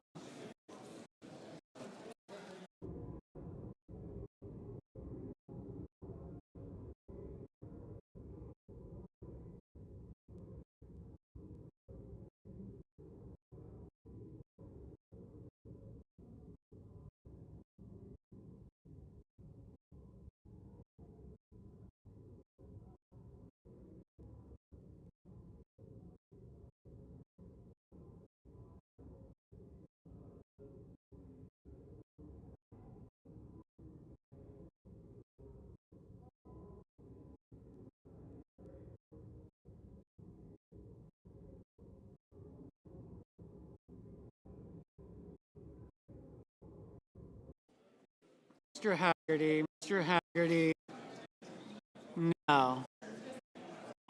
Mr. Budd. Mr. Budd, no.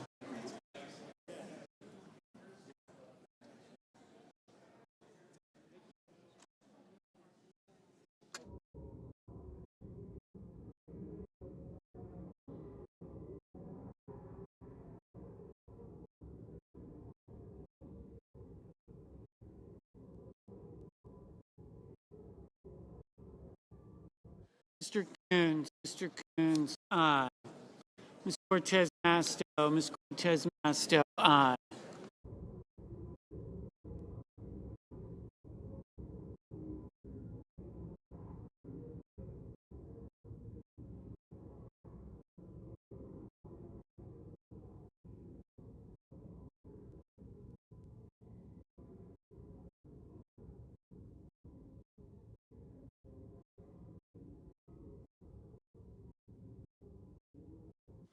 Mr. Cruz. Mr. Cruz, no. Mr. Markey. Mr. Markey, aye.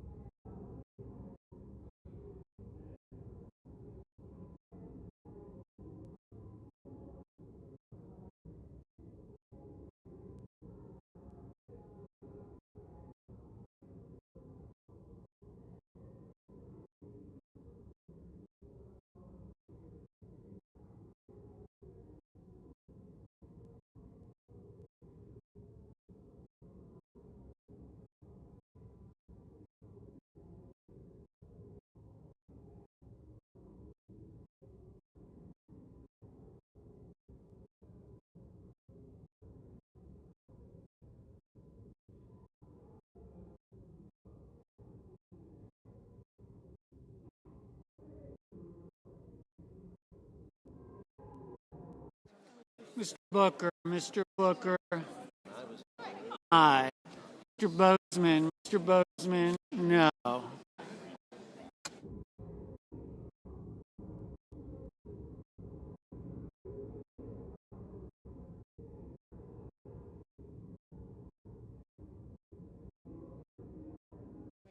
Mr. Murphy. Mr. Murphy,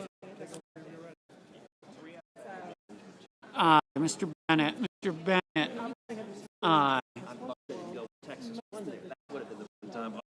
Mr. Schmidt. Mr. Schmidt, no. Mr. Schatz. Mr. Schatz, aye.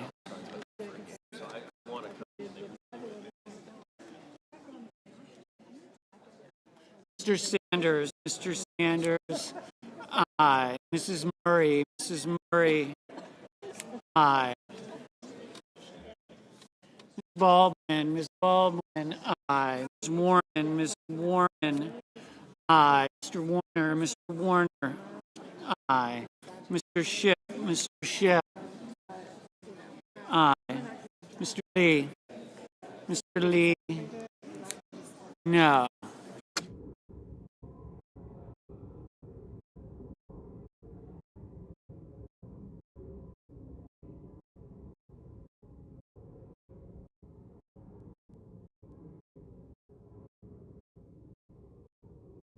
Mr. Welch. Mr. Welch. Aye. Ms. Markowski. Ms. Markowski. No. Ms. Klobuchar. Ms. Klobuchar. Aye. Mr. Young.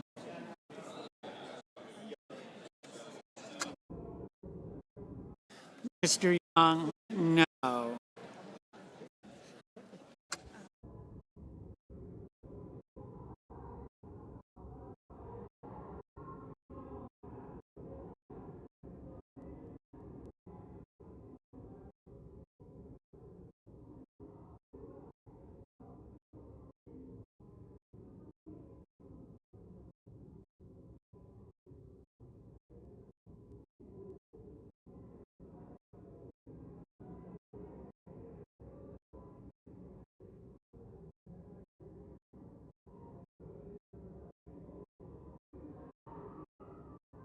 Mr. Whitehouse. Mr. Whitehouse.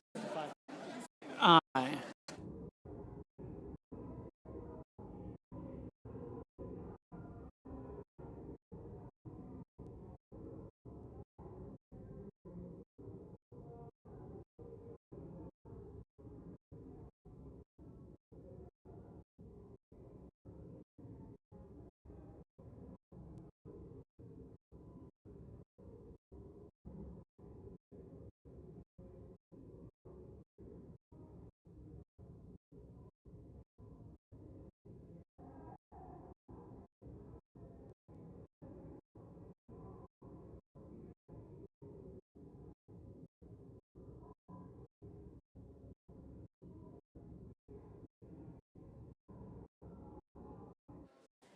Mr. Durbin. Mr. Durbin. Aye.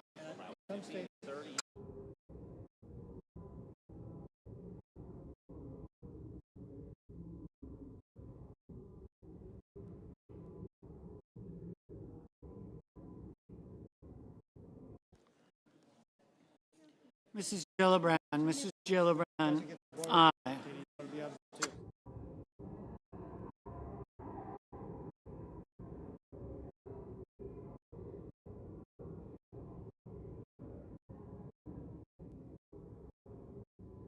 Mr. Hawley. Mr. Hawley. No. Mr. Hogan. Mr. Hogan. No.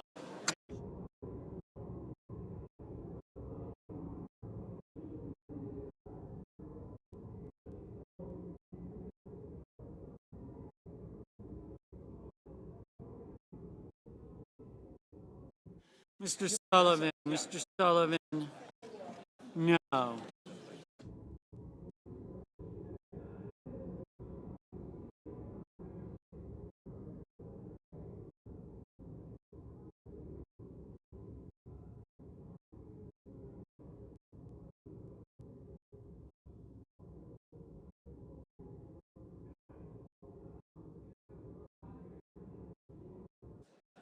Also Brooks. Miss Also Brooks.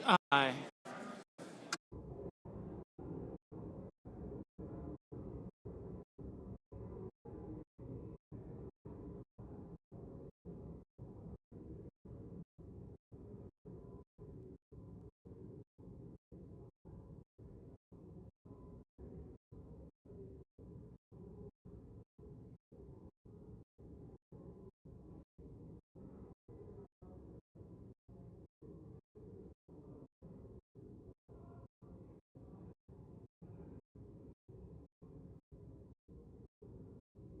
Mr. McConnell. Mr. McConnell. No.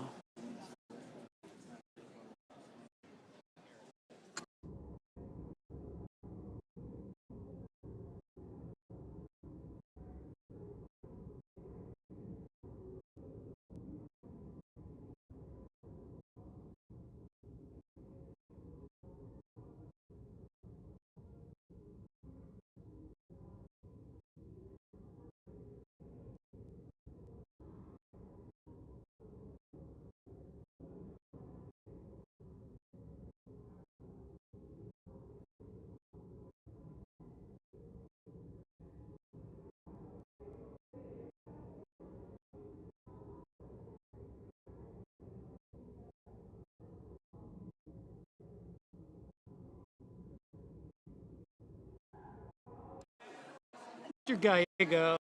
Mr. Gallego, aye.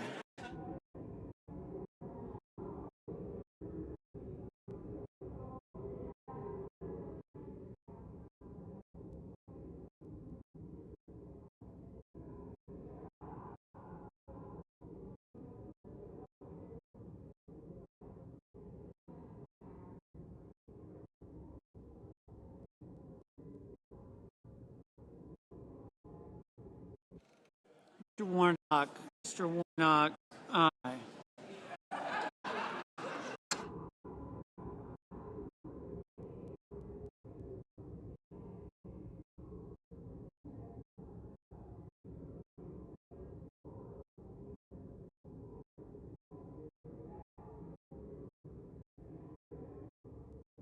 Mr. Schumer. Mr. Schumer, aye.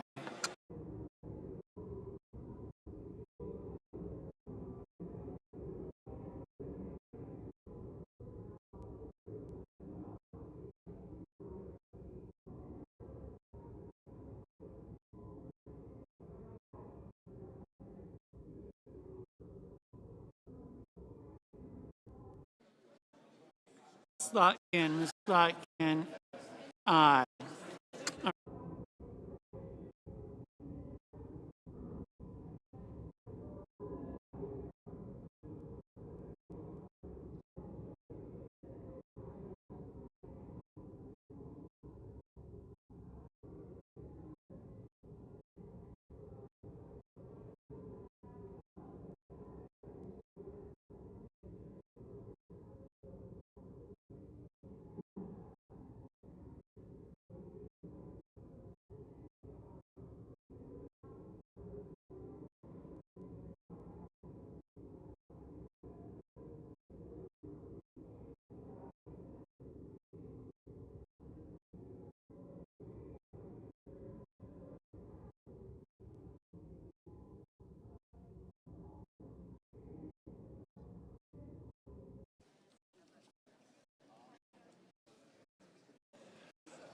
On this vote, the yeas are 45, the nays are 50. 3/5 of the senators duly chosen and sworn not having voted in the affirmative, the motion is not agreed to. The clerk will report the motion to a vote cloture. Cloture motion, we, the undersigned senators, in accordance with the provisions of Rule 22 of the Standing Rules of the Senate, do hereby move to bring to a close debate on the motion to proceed to calendar number 168, H.R. 5371, and act making continuing appropriations and extensions for fiscal year 2026 and for other purposes, signed by 17 senators. By unanimous consent, the mandatory quorum call has been waived. The question is it the sense of the Senate that debate on the motion to proceed to H.R. 5371, an act making continuing appropriations and extensions for the fiscal year 2026 for other purposes should be brought to a close? The yeas and nays are mandatory under the rule. The clerk will call the roll. Ms. Alston-Brooks, Ms. Baldwin,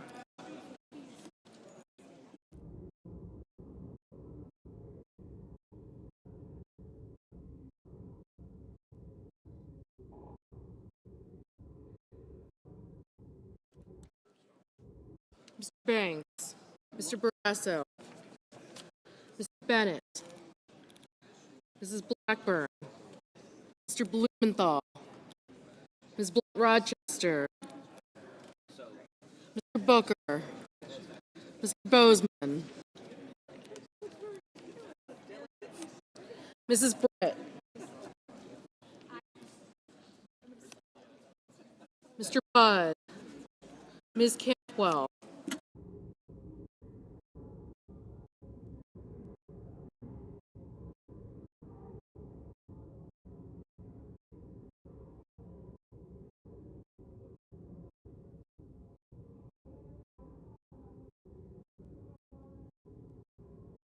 Mrs. Capito,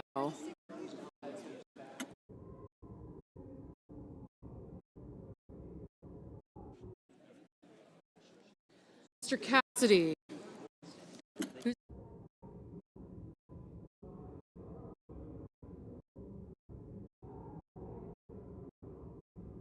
Ms. Collins, Mr. Coons,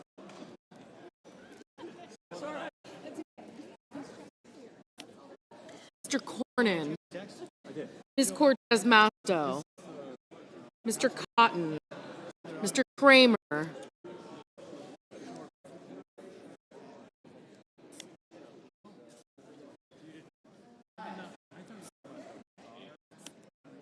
Mr. Crapo, Mr. Cruz, Mr. Curtis, Mr. Deans, Ms. Duckworth, Mr. Durbin, Ms. Ernst, Mr. Fetterman, Mrs. Fisher, Mr. Gallego, Mrs. Gillibrand, Mr. Grimm, Mr. Grassley, Mr. Haggerty, Ms. Hassan, Mr. Hawley, Mr. Heinrich,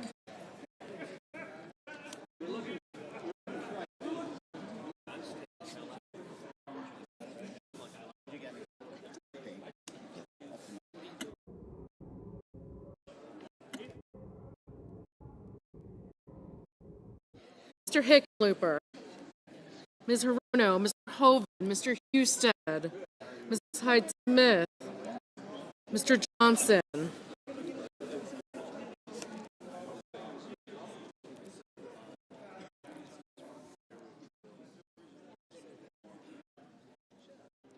Mr. Justice,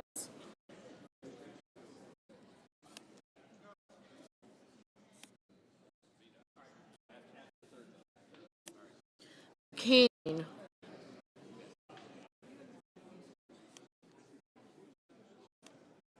Mr. Kelly, Mr. Kennedy, Mr. Kim, Mr. King, Ms. Klobuchar,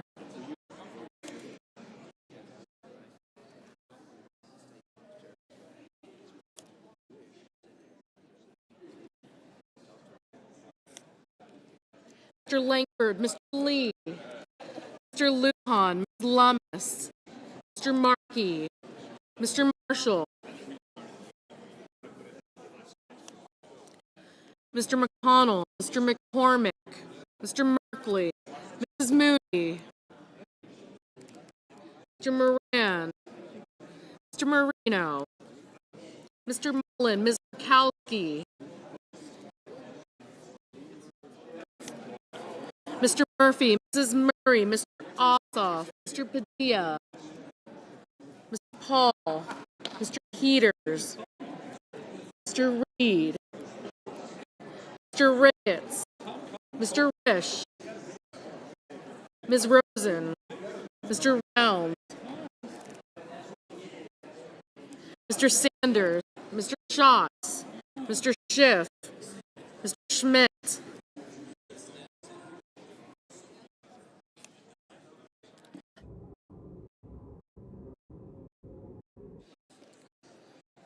Mr. Schumer, Mr. Scott of Florida, Mr. Scott of South Carolina, Mr. Shaheen, Mr. Sheehy, Ms. Locken,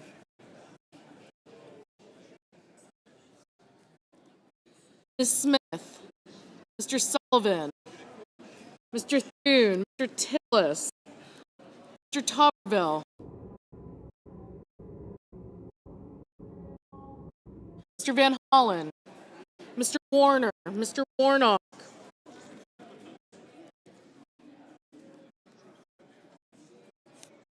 Ms. Warren, Mr. Welch, Mr. Whitehouse, Mr. Wicker, Mr. Wyden, Mr. Young.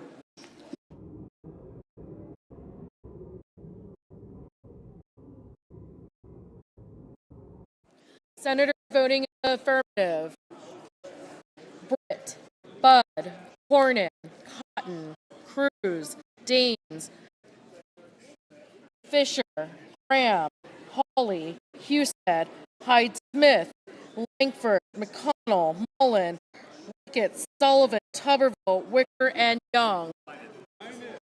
Senators voting in the negative: Baldwin, Blumenthal, Rochester, Cantwell, Coons, Duckworth, Durbin, Gallego, Hassan, Hickenlooper, Kane, Kelly, Lujan, Merkley, Murphy, Murray, Hall, Reed, Sanders, Schiff, Slotkin, Warner, Warren, Welch, Whitehouse, and Wyden. Mr. Ossoff, no. Mr. Peters, no. Mr. Warnock, no.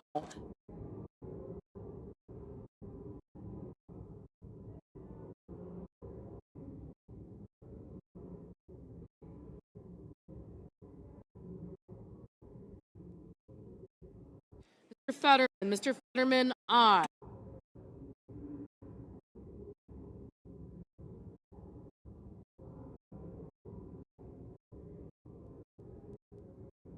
Ms. Klobuchar, no. Ms. Smith, no.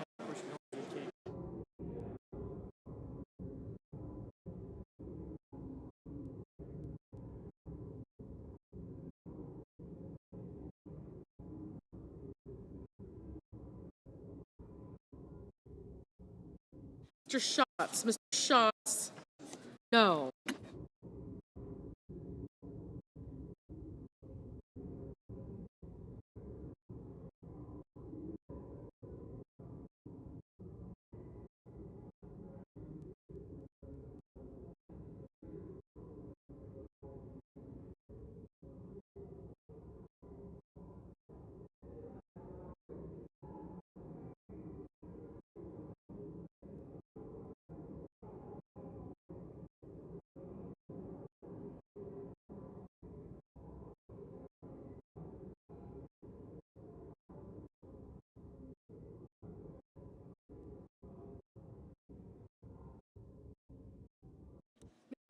Ms. Collins, aye.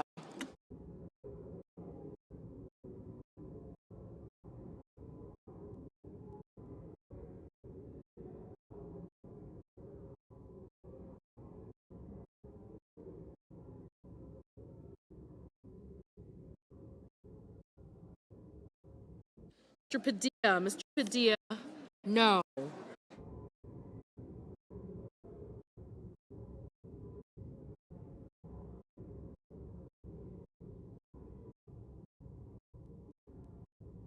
Ms. Hirono, no.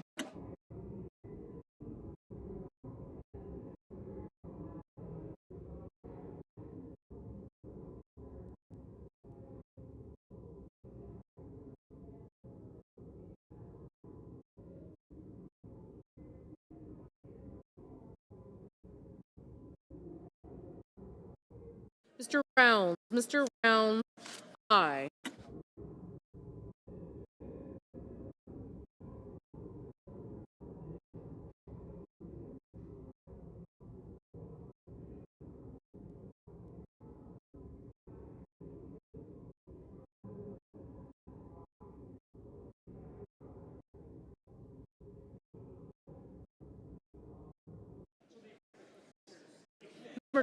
Ms. Murkowski, aye.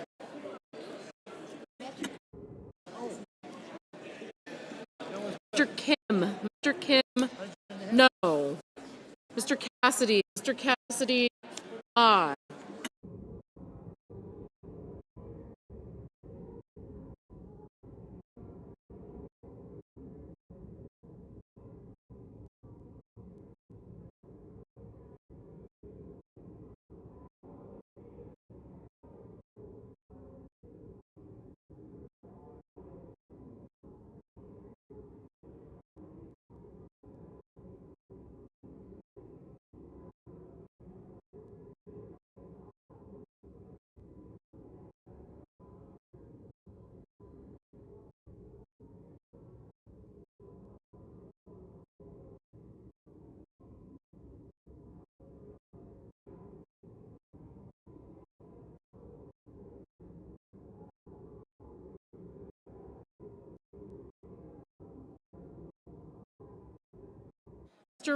Mr. Risch, aye.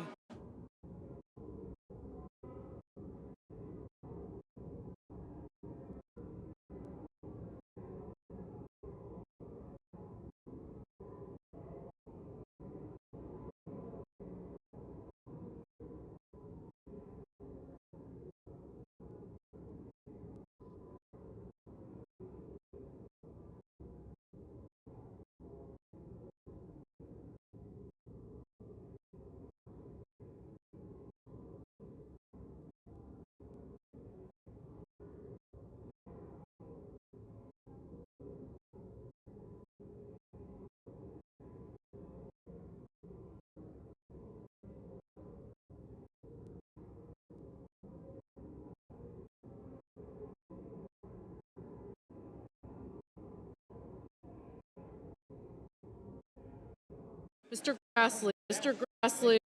Aye.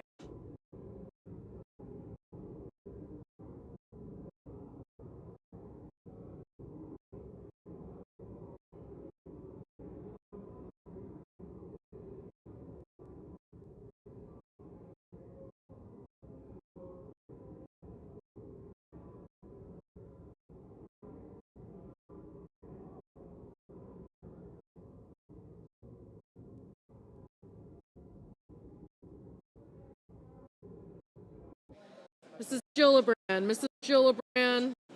No.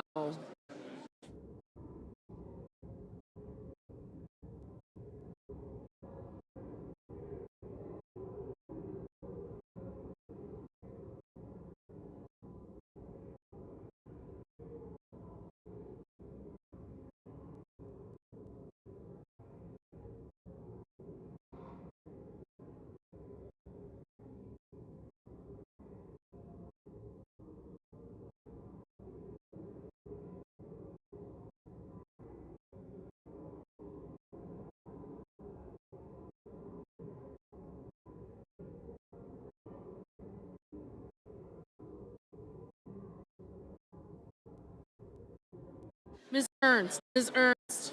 Aye.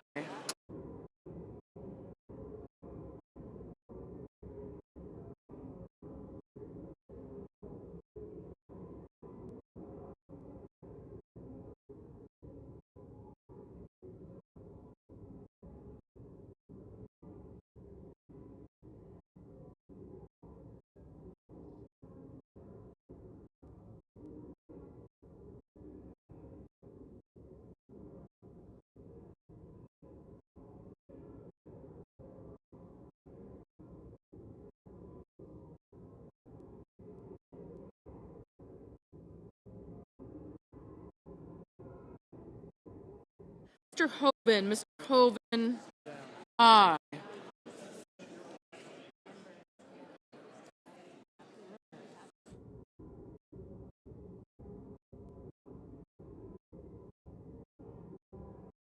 Mr. Barrasso. Mr. Barrasso. Aye.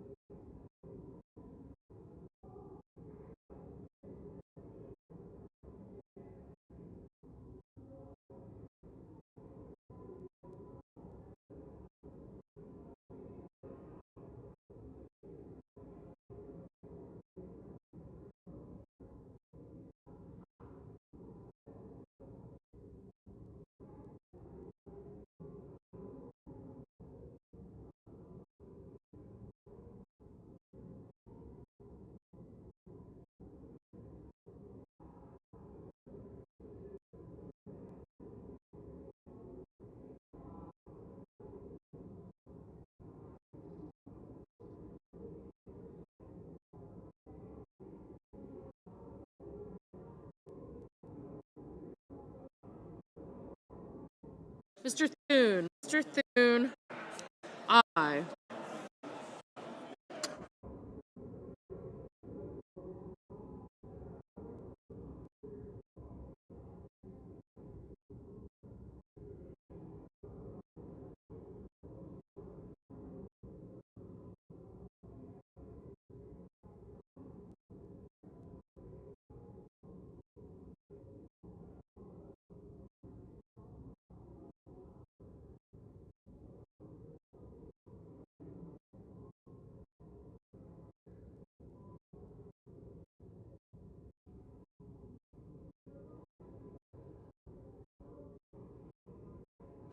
Mr. Kramer. Mr. Kramer.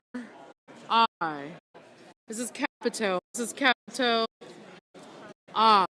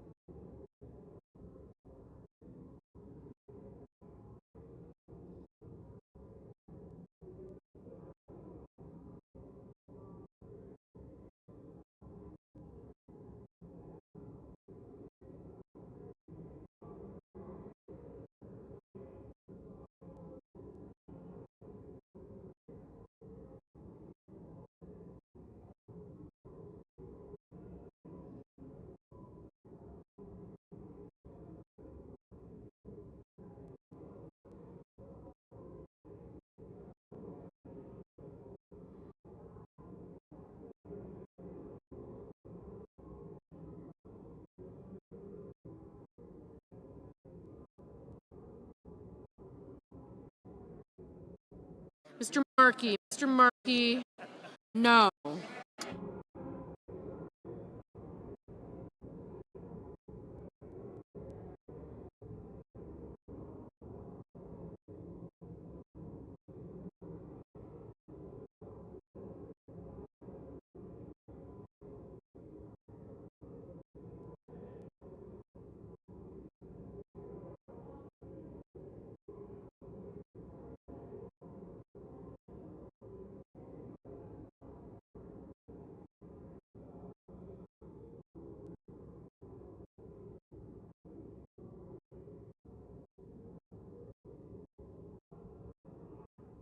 Mr. Moran. Mr. Moran, aye.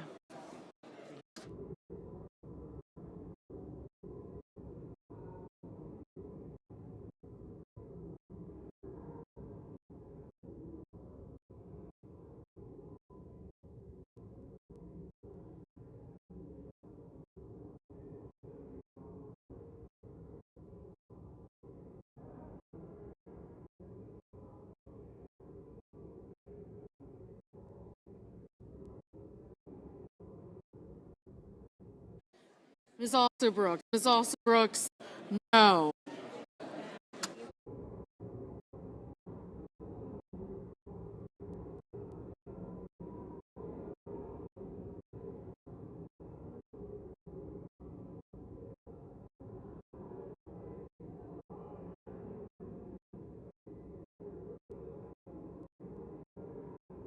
Mr. Banks. Mr. Banks, aye.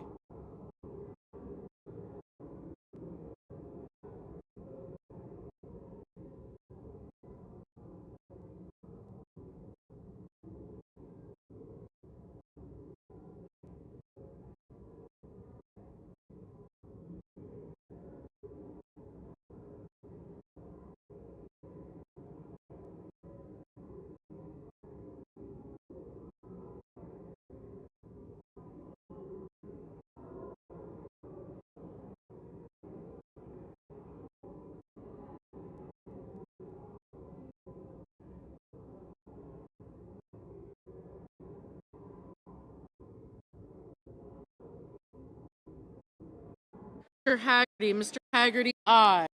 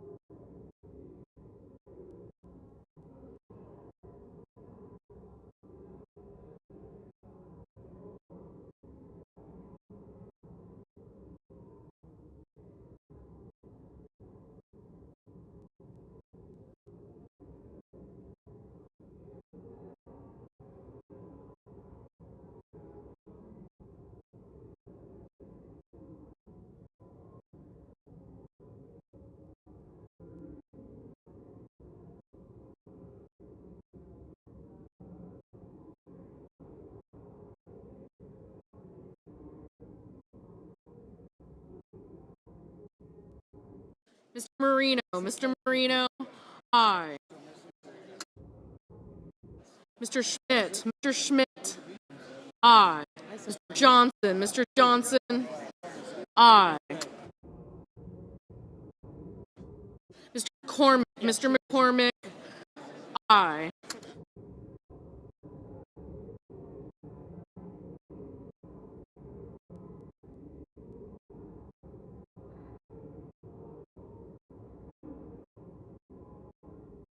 Mr. Marshall. Mr. Marshall, aye. Ms. Lummis. Ms. Lummis, aye.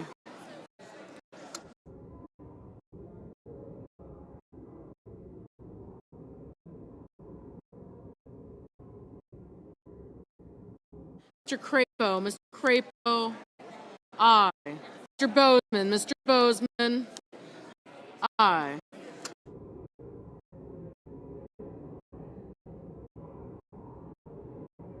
Mrs. Blackburn. Mrs. Blackburn, aye.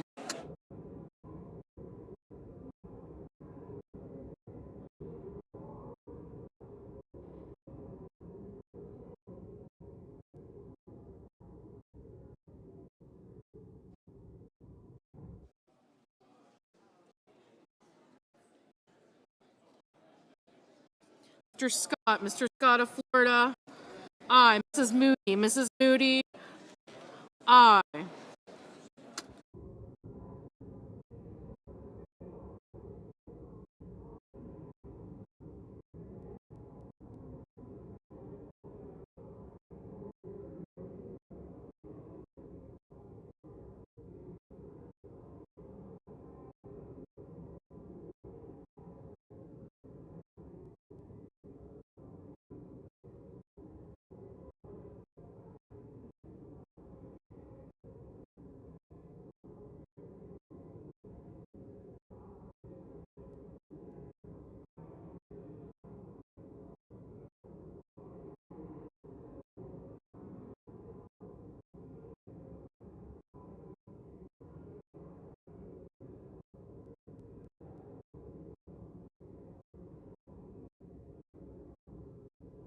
Mr. Scott. Mr. Scott of South Carolina, aye.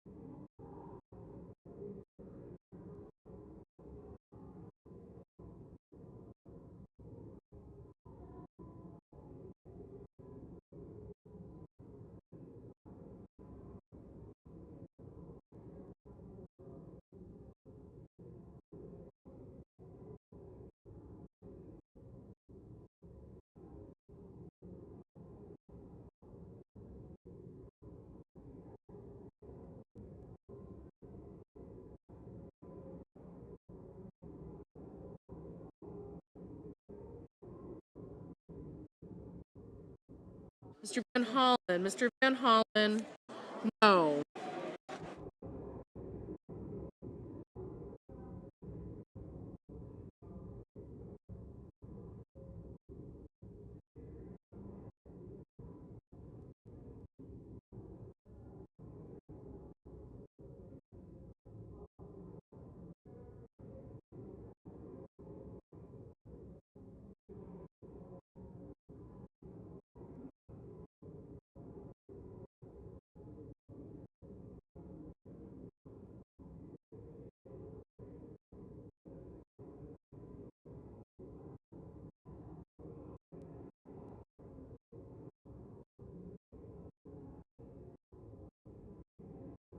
Mr. Justice. Mr. Justice, aye. Mr. Lee. Mr. Lee, aye.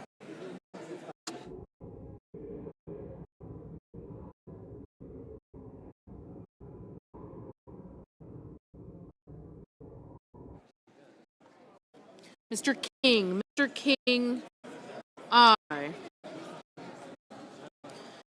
Shaheen. Mrs. Shaheen, no. Ms. Cortez Masto. Ms. Cortez Masto, aye. Mr. Bennett. Mr. Bennett, no.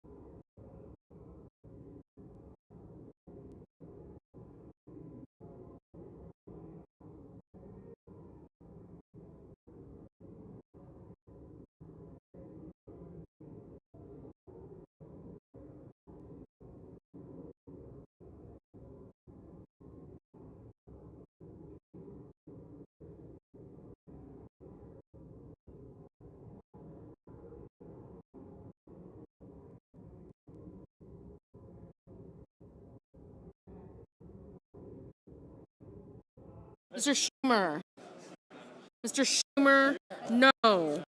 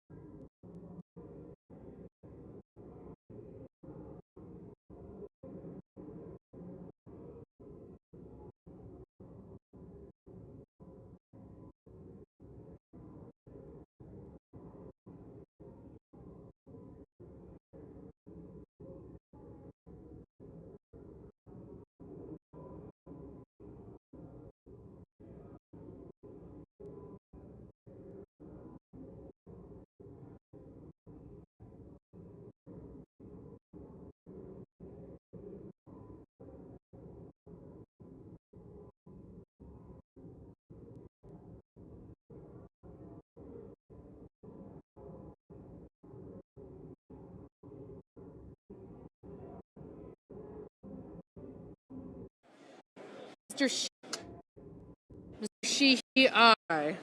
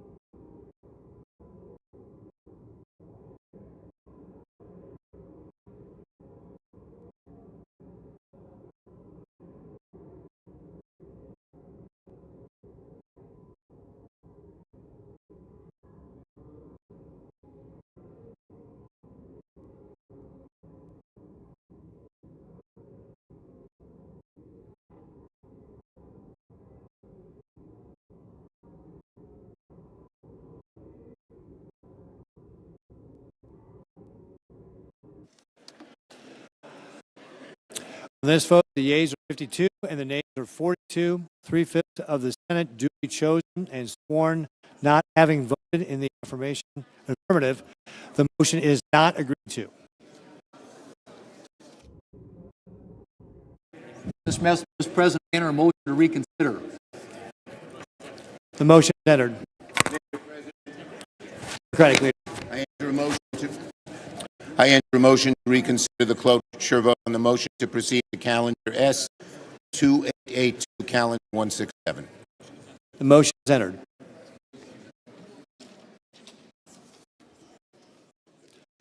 Clerk will report the motion to invoke cloture. Cloture motion with the undersigned senators in accordance with the provisions of Rule 22 of the Standing Rules of the Senate and the provisions of SRS 412 from the 119th Congress, do hereby move to bring to a close debate on executive calendar numbers 62, 86, off, 92, Mr.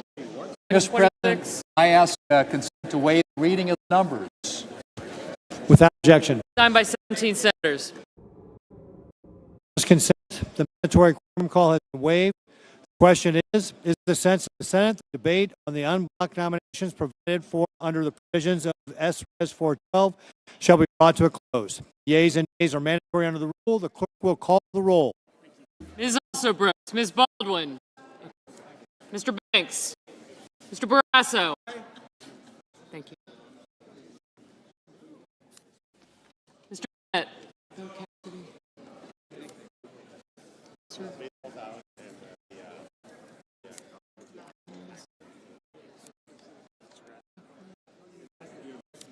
Senator Kane. Thank you. Ossoff, Kelly, Haggerty, gotcha.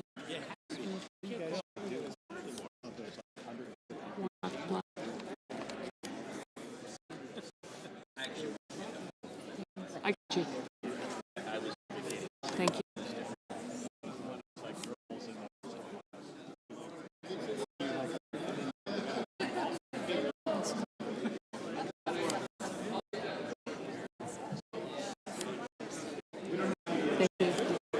Who? Who? Thank you. I get you. Thank you.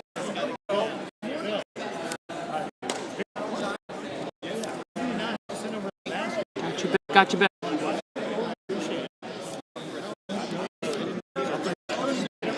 Got you both.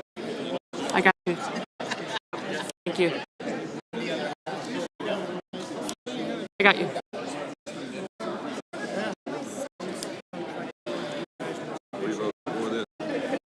Yeah, you're voting for it. Thank you. Mr. Houston. Okay. You're a no. You're a no. Thank you.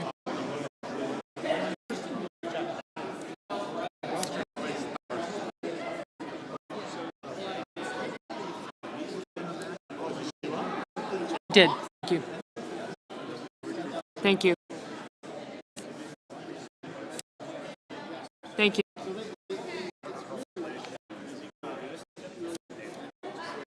Thank you.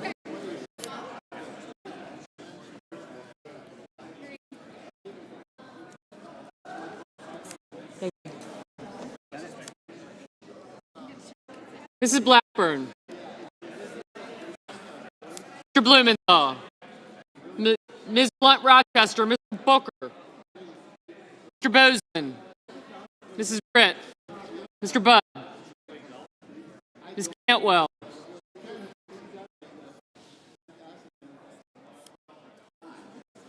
They got you.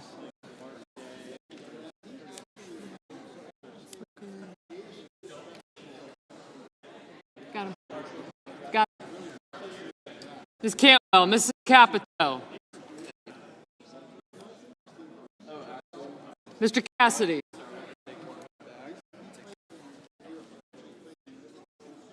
Mr. Collins, Mr. Coons, Mr. Cornyn, Ms. Cortez Masto, Mr. Cotton, Mr. Kramer. Okay. Mr. Crapo, Mr. Cruz, Mr. Curtis.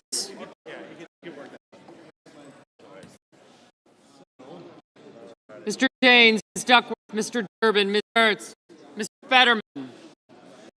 Mrs. Fisher, Mr. Gallego, Mrs. Gillibrand, Mr. Graham, Mr. Grassley, Mr. Haggerty, Ms. Hassan, Mr. Hawley, Mr. Heinrich, Mr. Hickenlooper, Ms. Hirono, I didn't get you. Thank you. Mr. Hoven, Mr. Husted, Mrs. Hyde-Smith, Mr. Johnson, Mr. Justice, Mr. Kane, Mr. Kelly, Mr. Kennedy, Mr. Kim, Mr. King,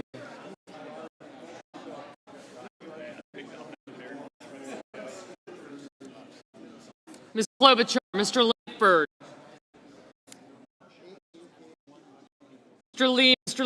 Lujan, Ms. Lamas, Mr. Markey, Mr. Marshall, Mr. McConnell, Mr. McCormick, Mr. Merkley, Mrs. Moody, Mr. Moran, Mr. Marino. Yep. Mr. Mullen, Ms. Murkowski, Mr. Murphy, Mrs. Murray, Mr. Ossoff, Mr. Padilla, Mr. Paul, Mr. Peters, Mr. Reed, Mr. Ricketts, Mr. Risch, Ms. Rose, Mr. Rounds, Mr. Sanders, Mr. Schatz. I do. Thank you very much. Yes.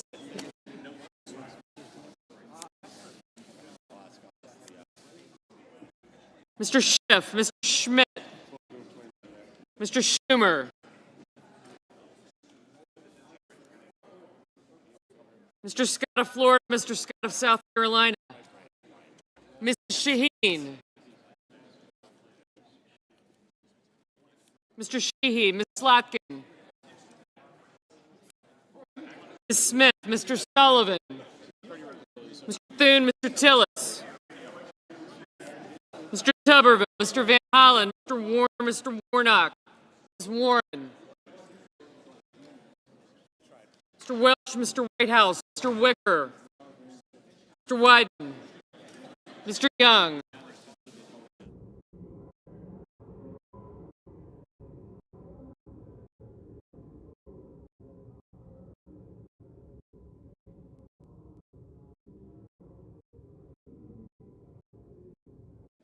Senators voting in the affirmative: Barrasso, Bozeman, Britt, Capito, Collins, Cornyn, Cotton, Kramer, Crapo, Cruz, Daines, Ernst, Fisher, Grassley, Haggerty, Hawley, Hoven, Husted, Johnson, Justice, Lankford, Lee, Marshall, McConnell, McCormick, Moody, Moran, Marino, Mullen, Murkowski, Paul, Ricketts, Rounds, Scott of Florida, Scott of South Carolina, Sheehy, Thune, Tuberville, and Wicker. Mr. Banks, aye. Mrs. Hyde-Smith, aye. Mr. Fetterman. Senators voting in the negative: Baldwin, Bennett, Blumenthal, Blunt Rochester, Coons, Cortez Masto, Duckworth, Durbin, Fetterman, Gallego, Gillibrand, Hassan, Hickenlooper, Hirono, Kane, Kelly, Kim, King, Klobuchar, Lujan, Merkley, Murphy, Murray, Ossoff, Dia, Peters, Reed, Sanders, Schiff, Schumer, Shaheen, Slotkin, Smith, Van Hollen, Warner, Warnock, Warren, Welch, Whitehouse, and Wyden.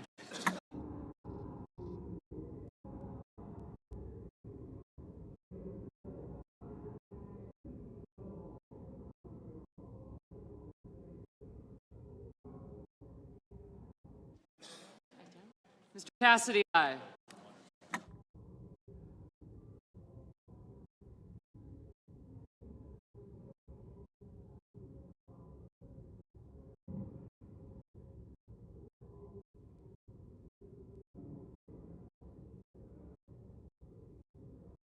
Ms. Alston-Brooks, no.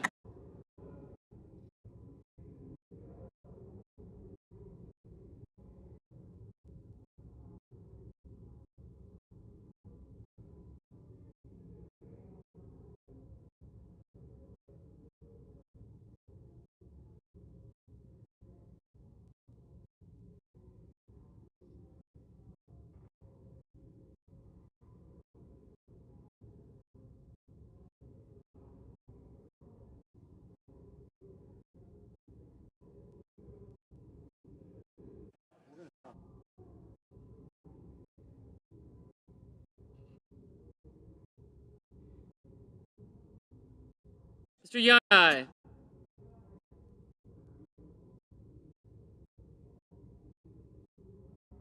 Mr. Graham, aye.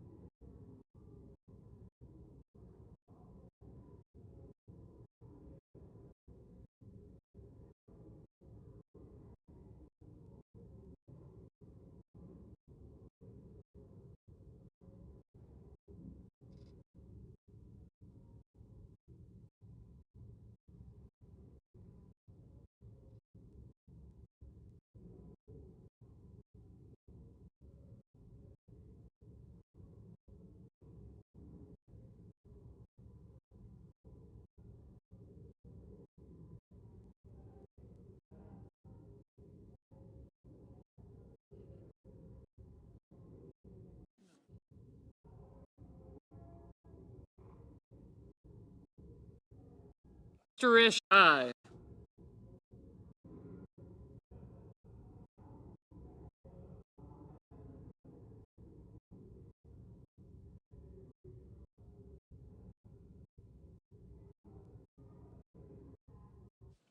Mr. Schmidt, aye.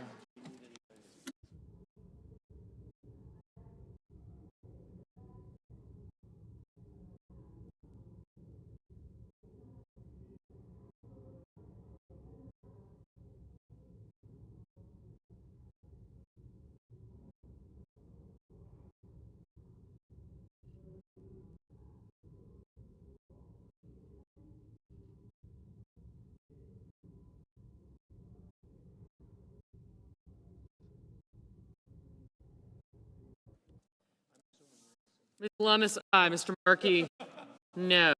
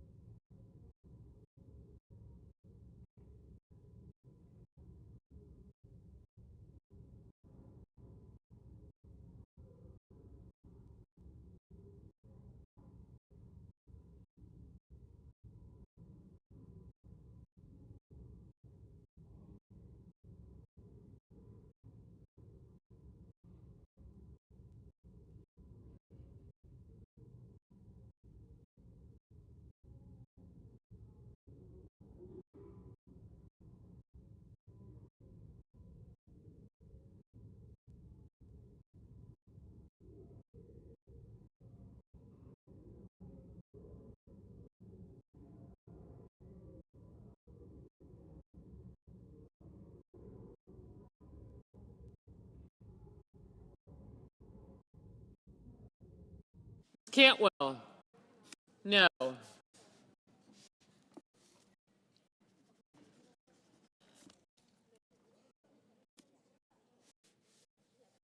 Mr. Budd, aye.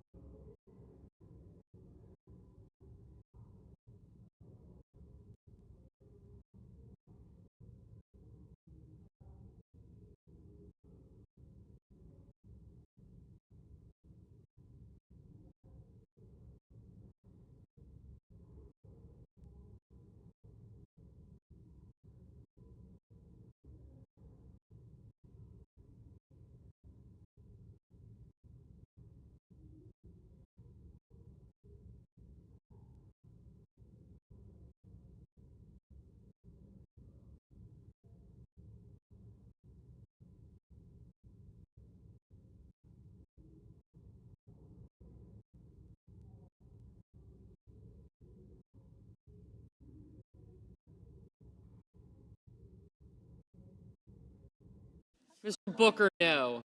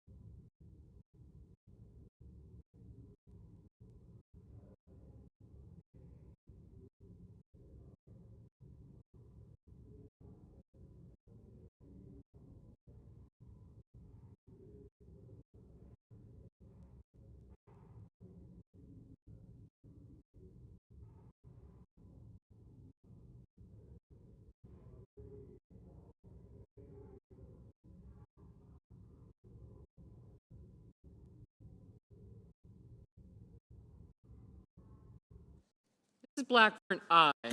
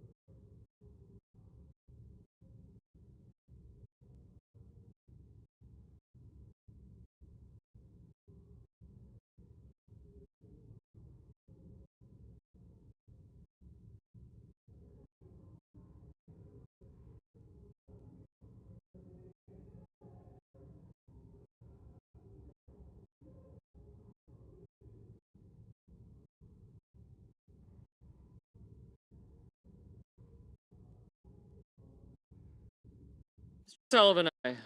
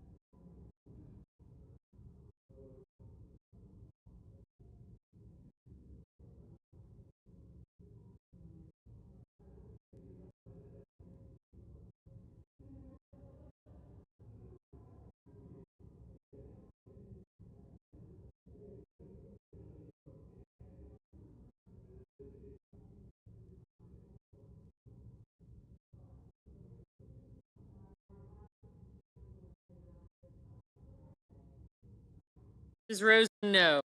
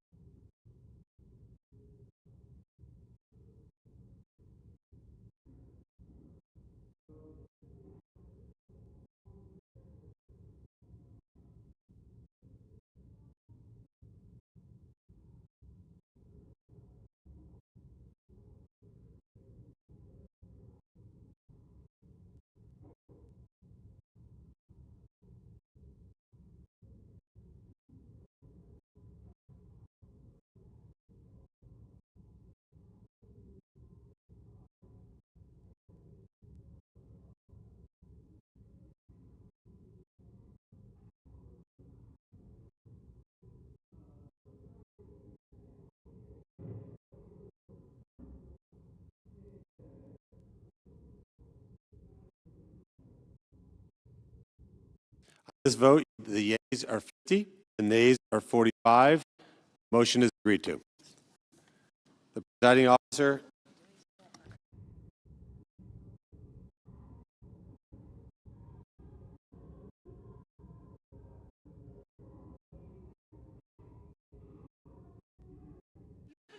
Cloture having been invoked pursuant to the provisions of S. Res. 412, the nominations listed therein are pending en bloc.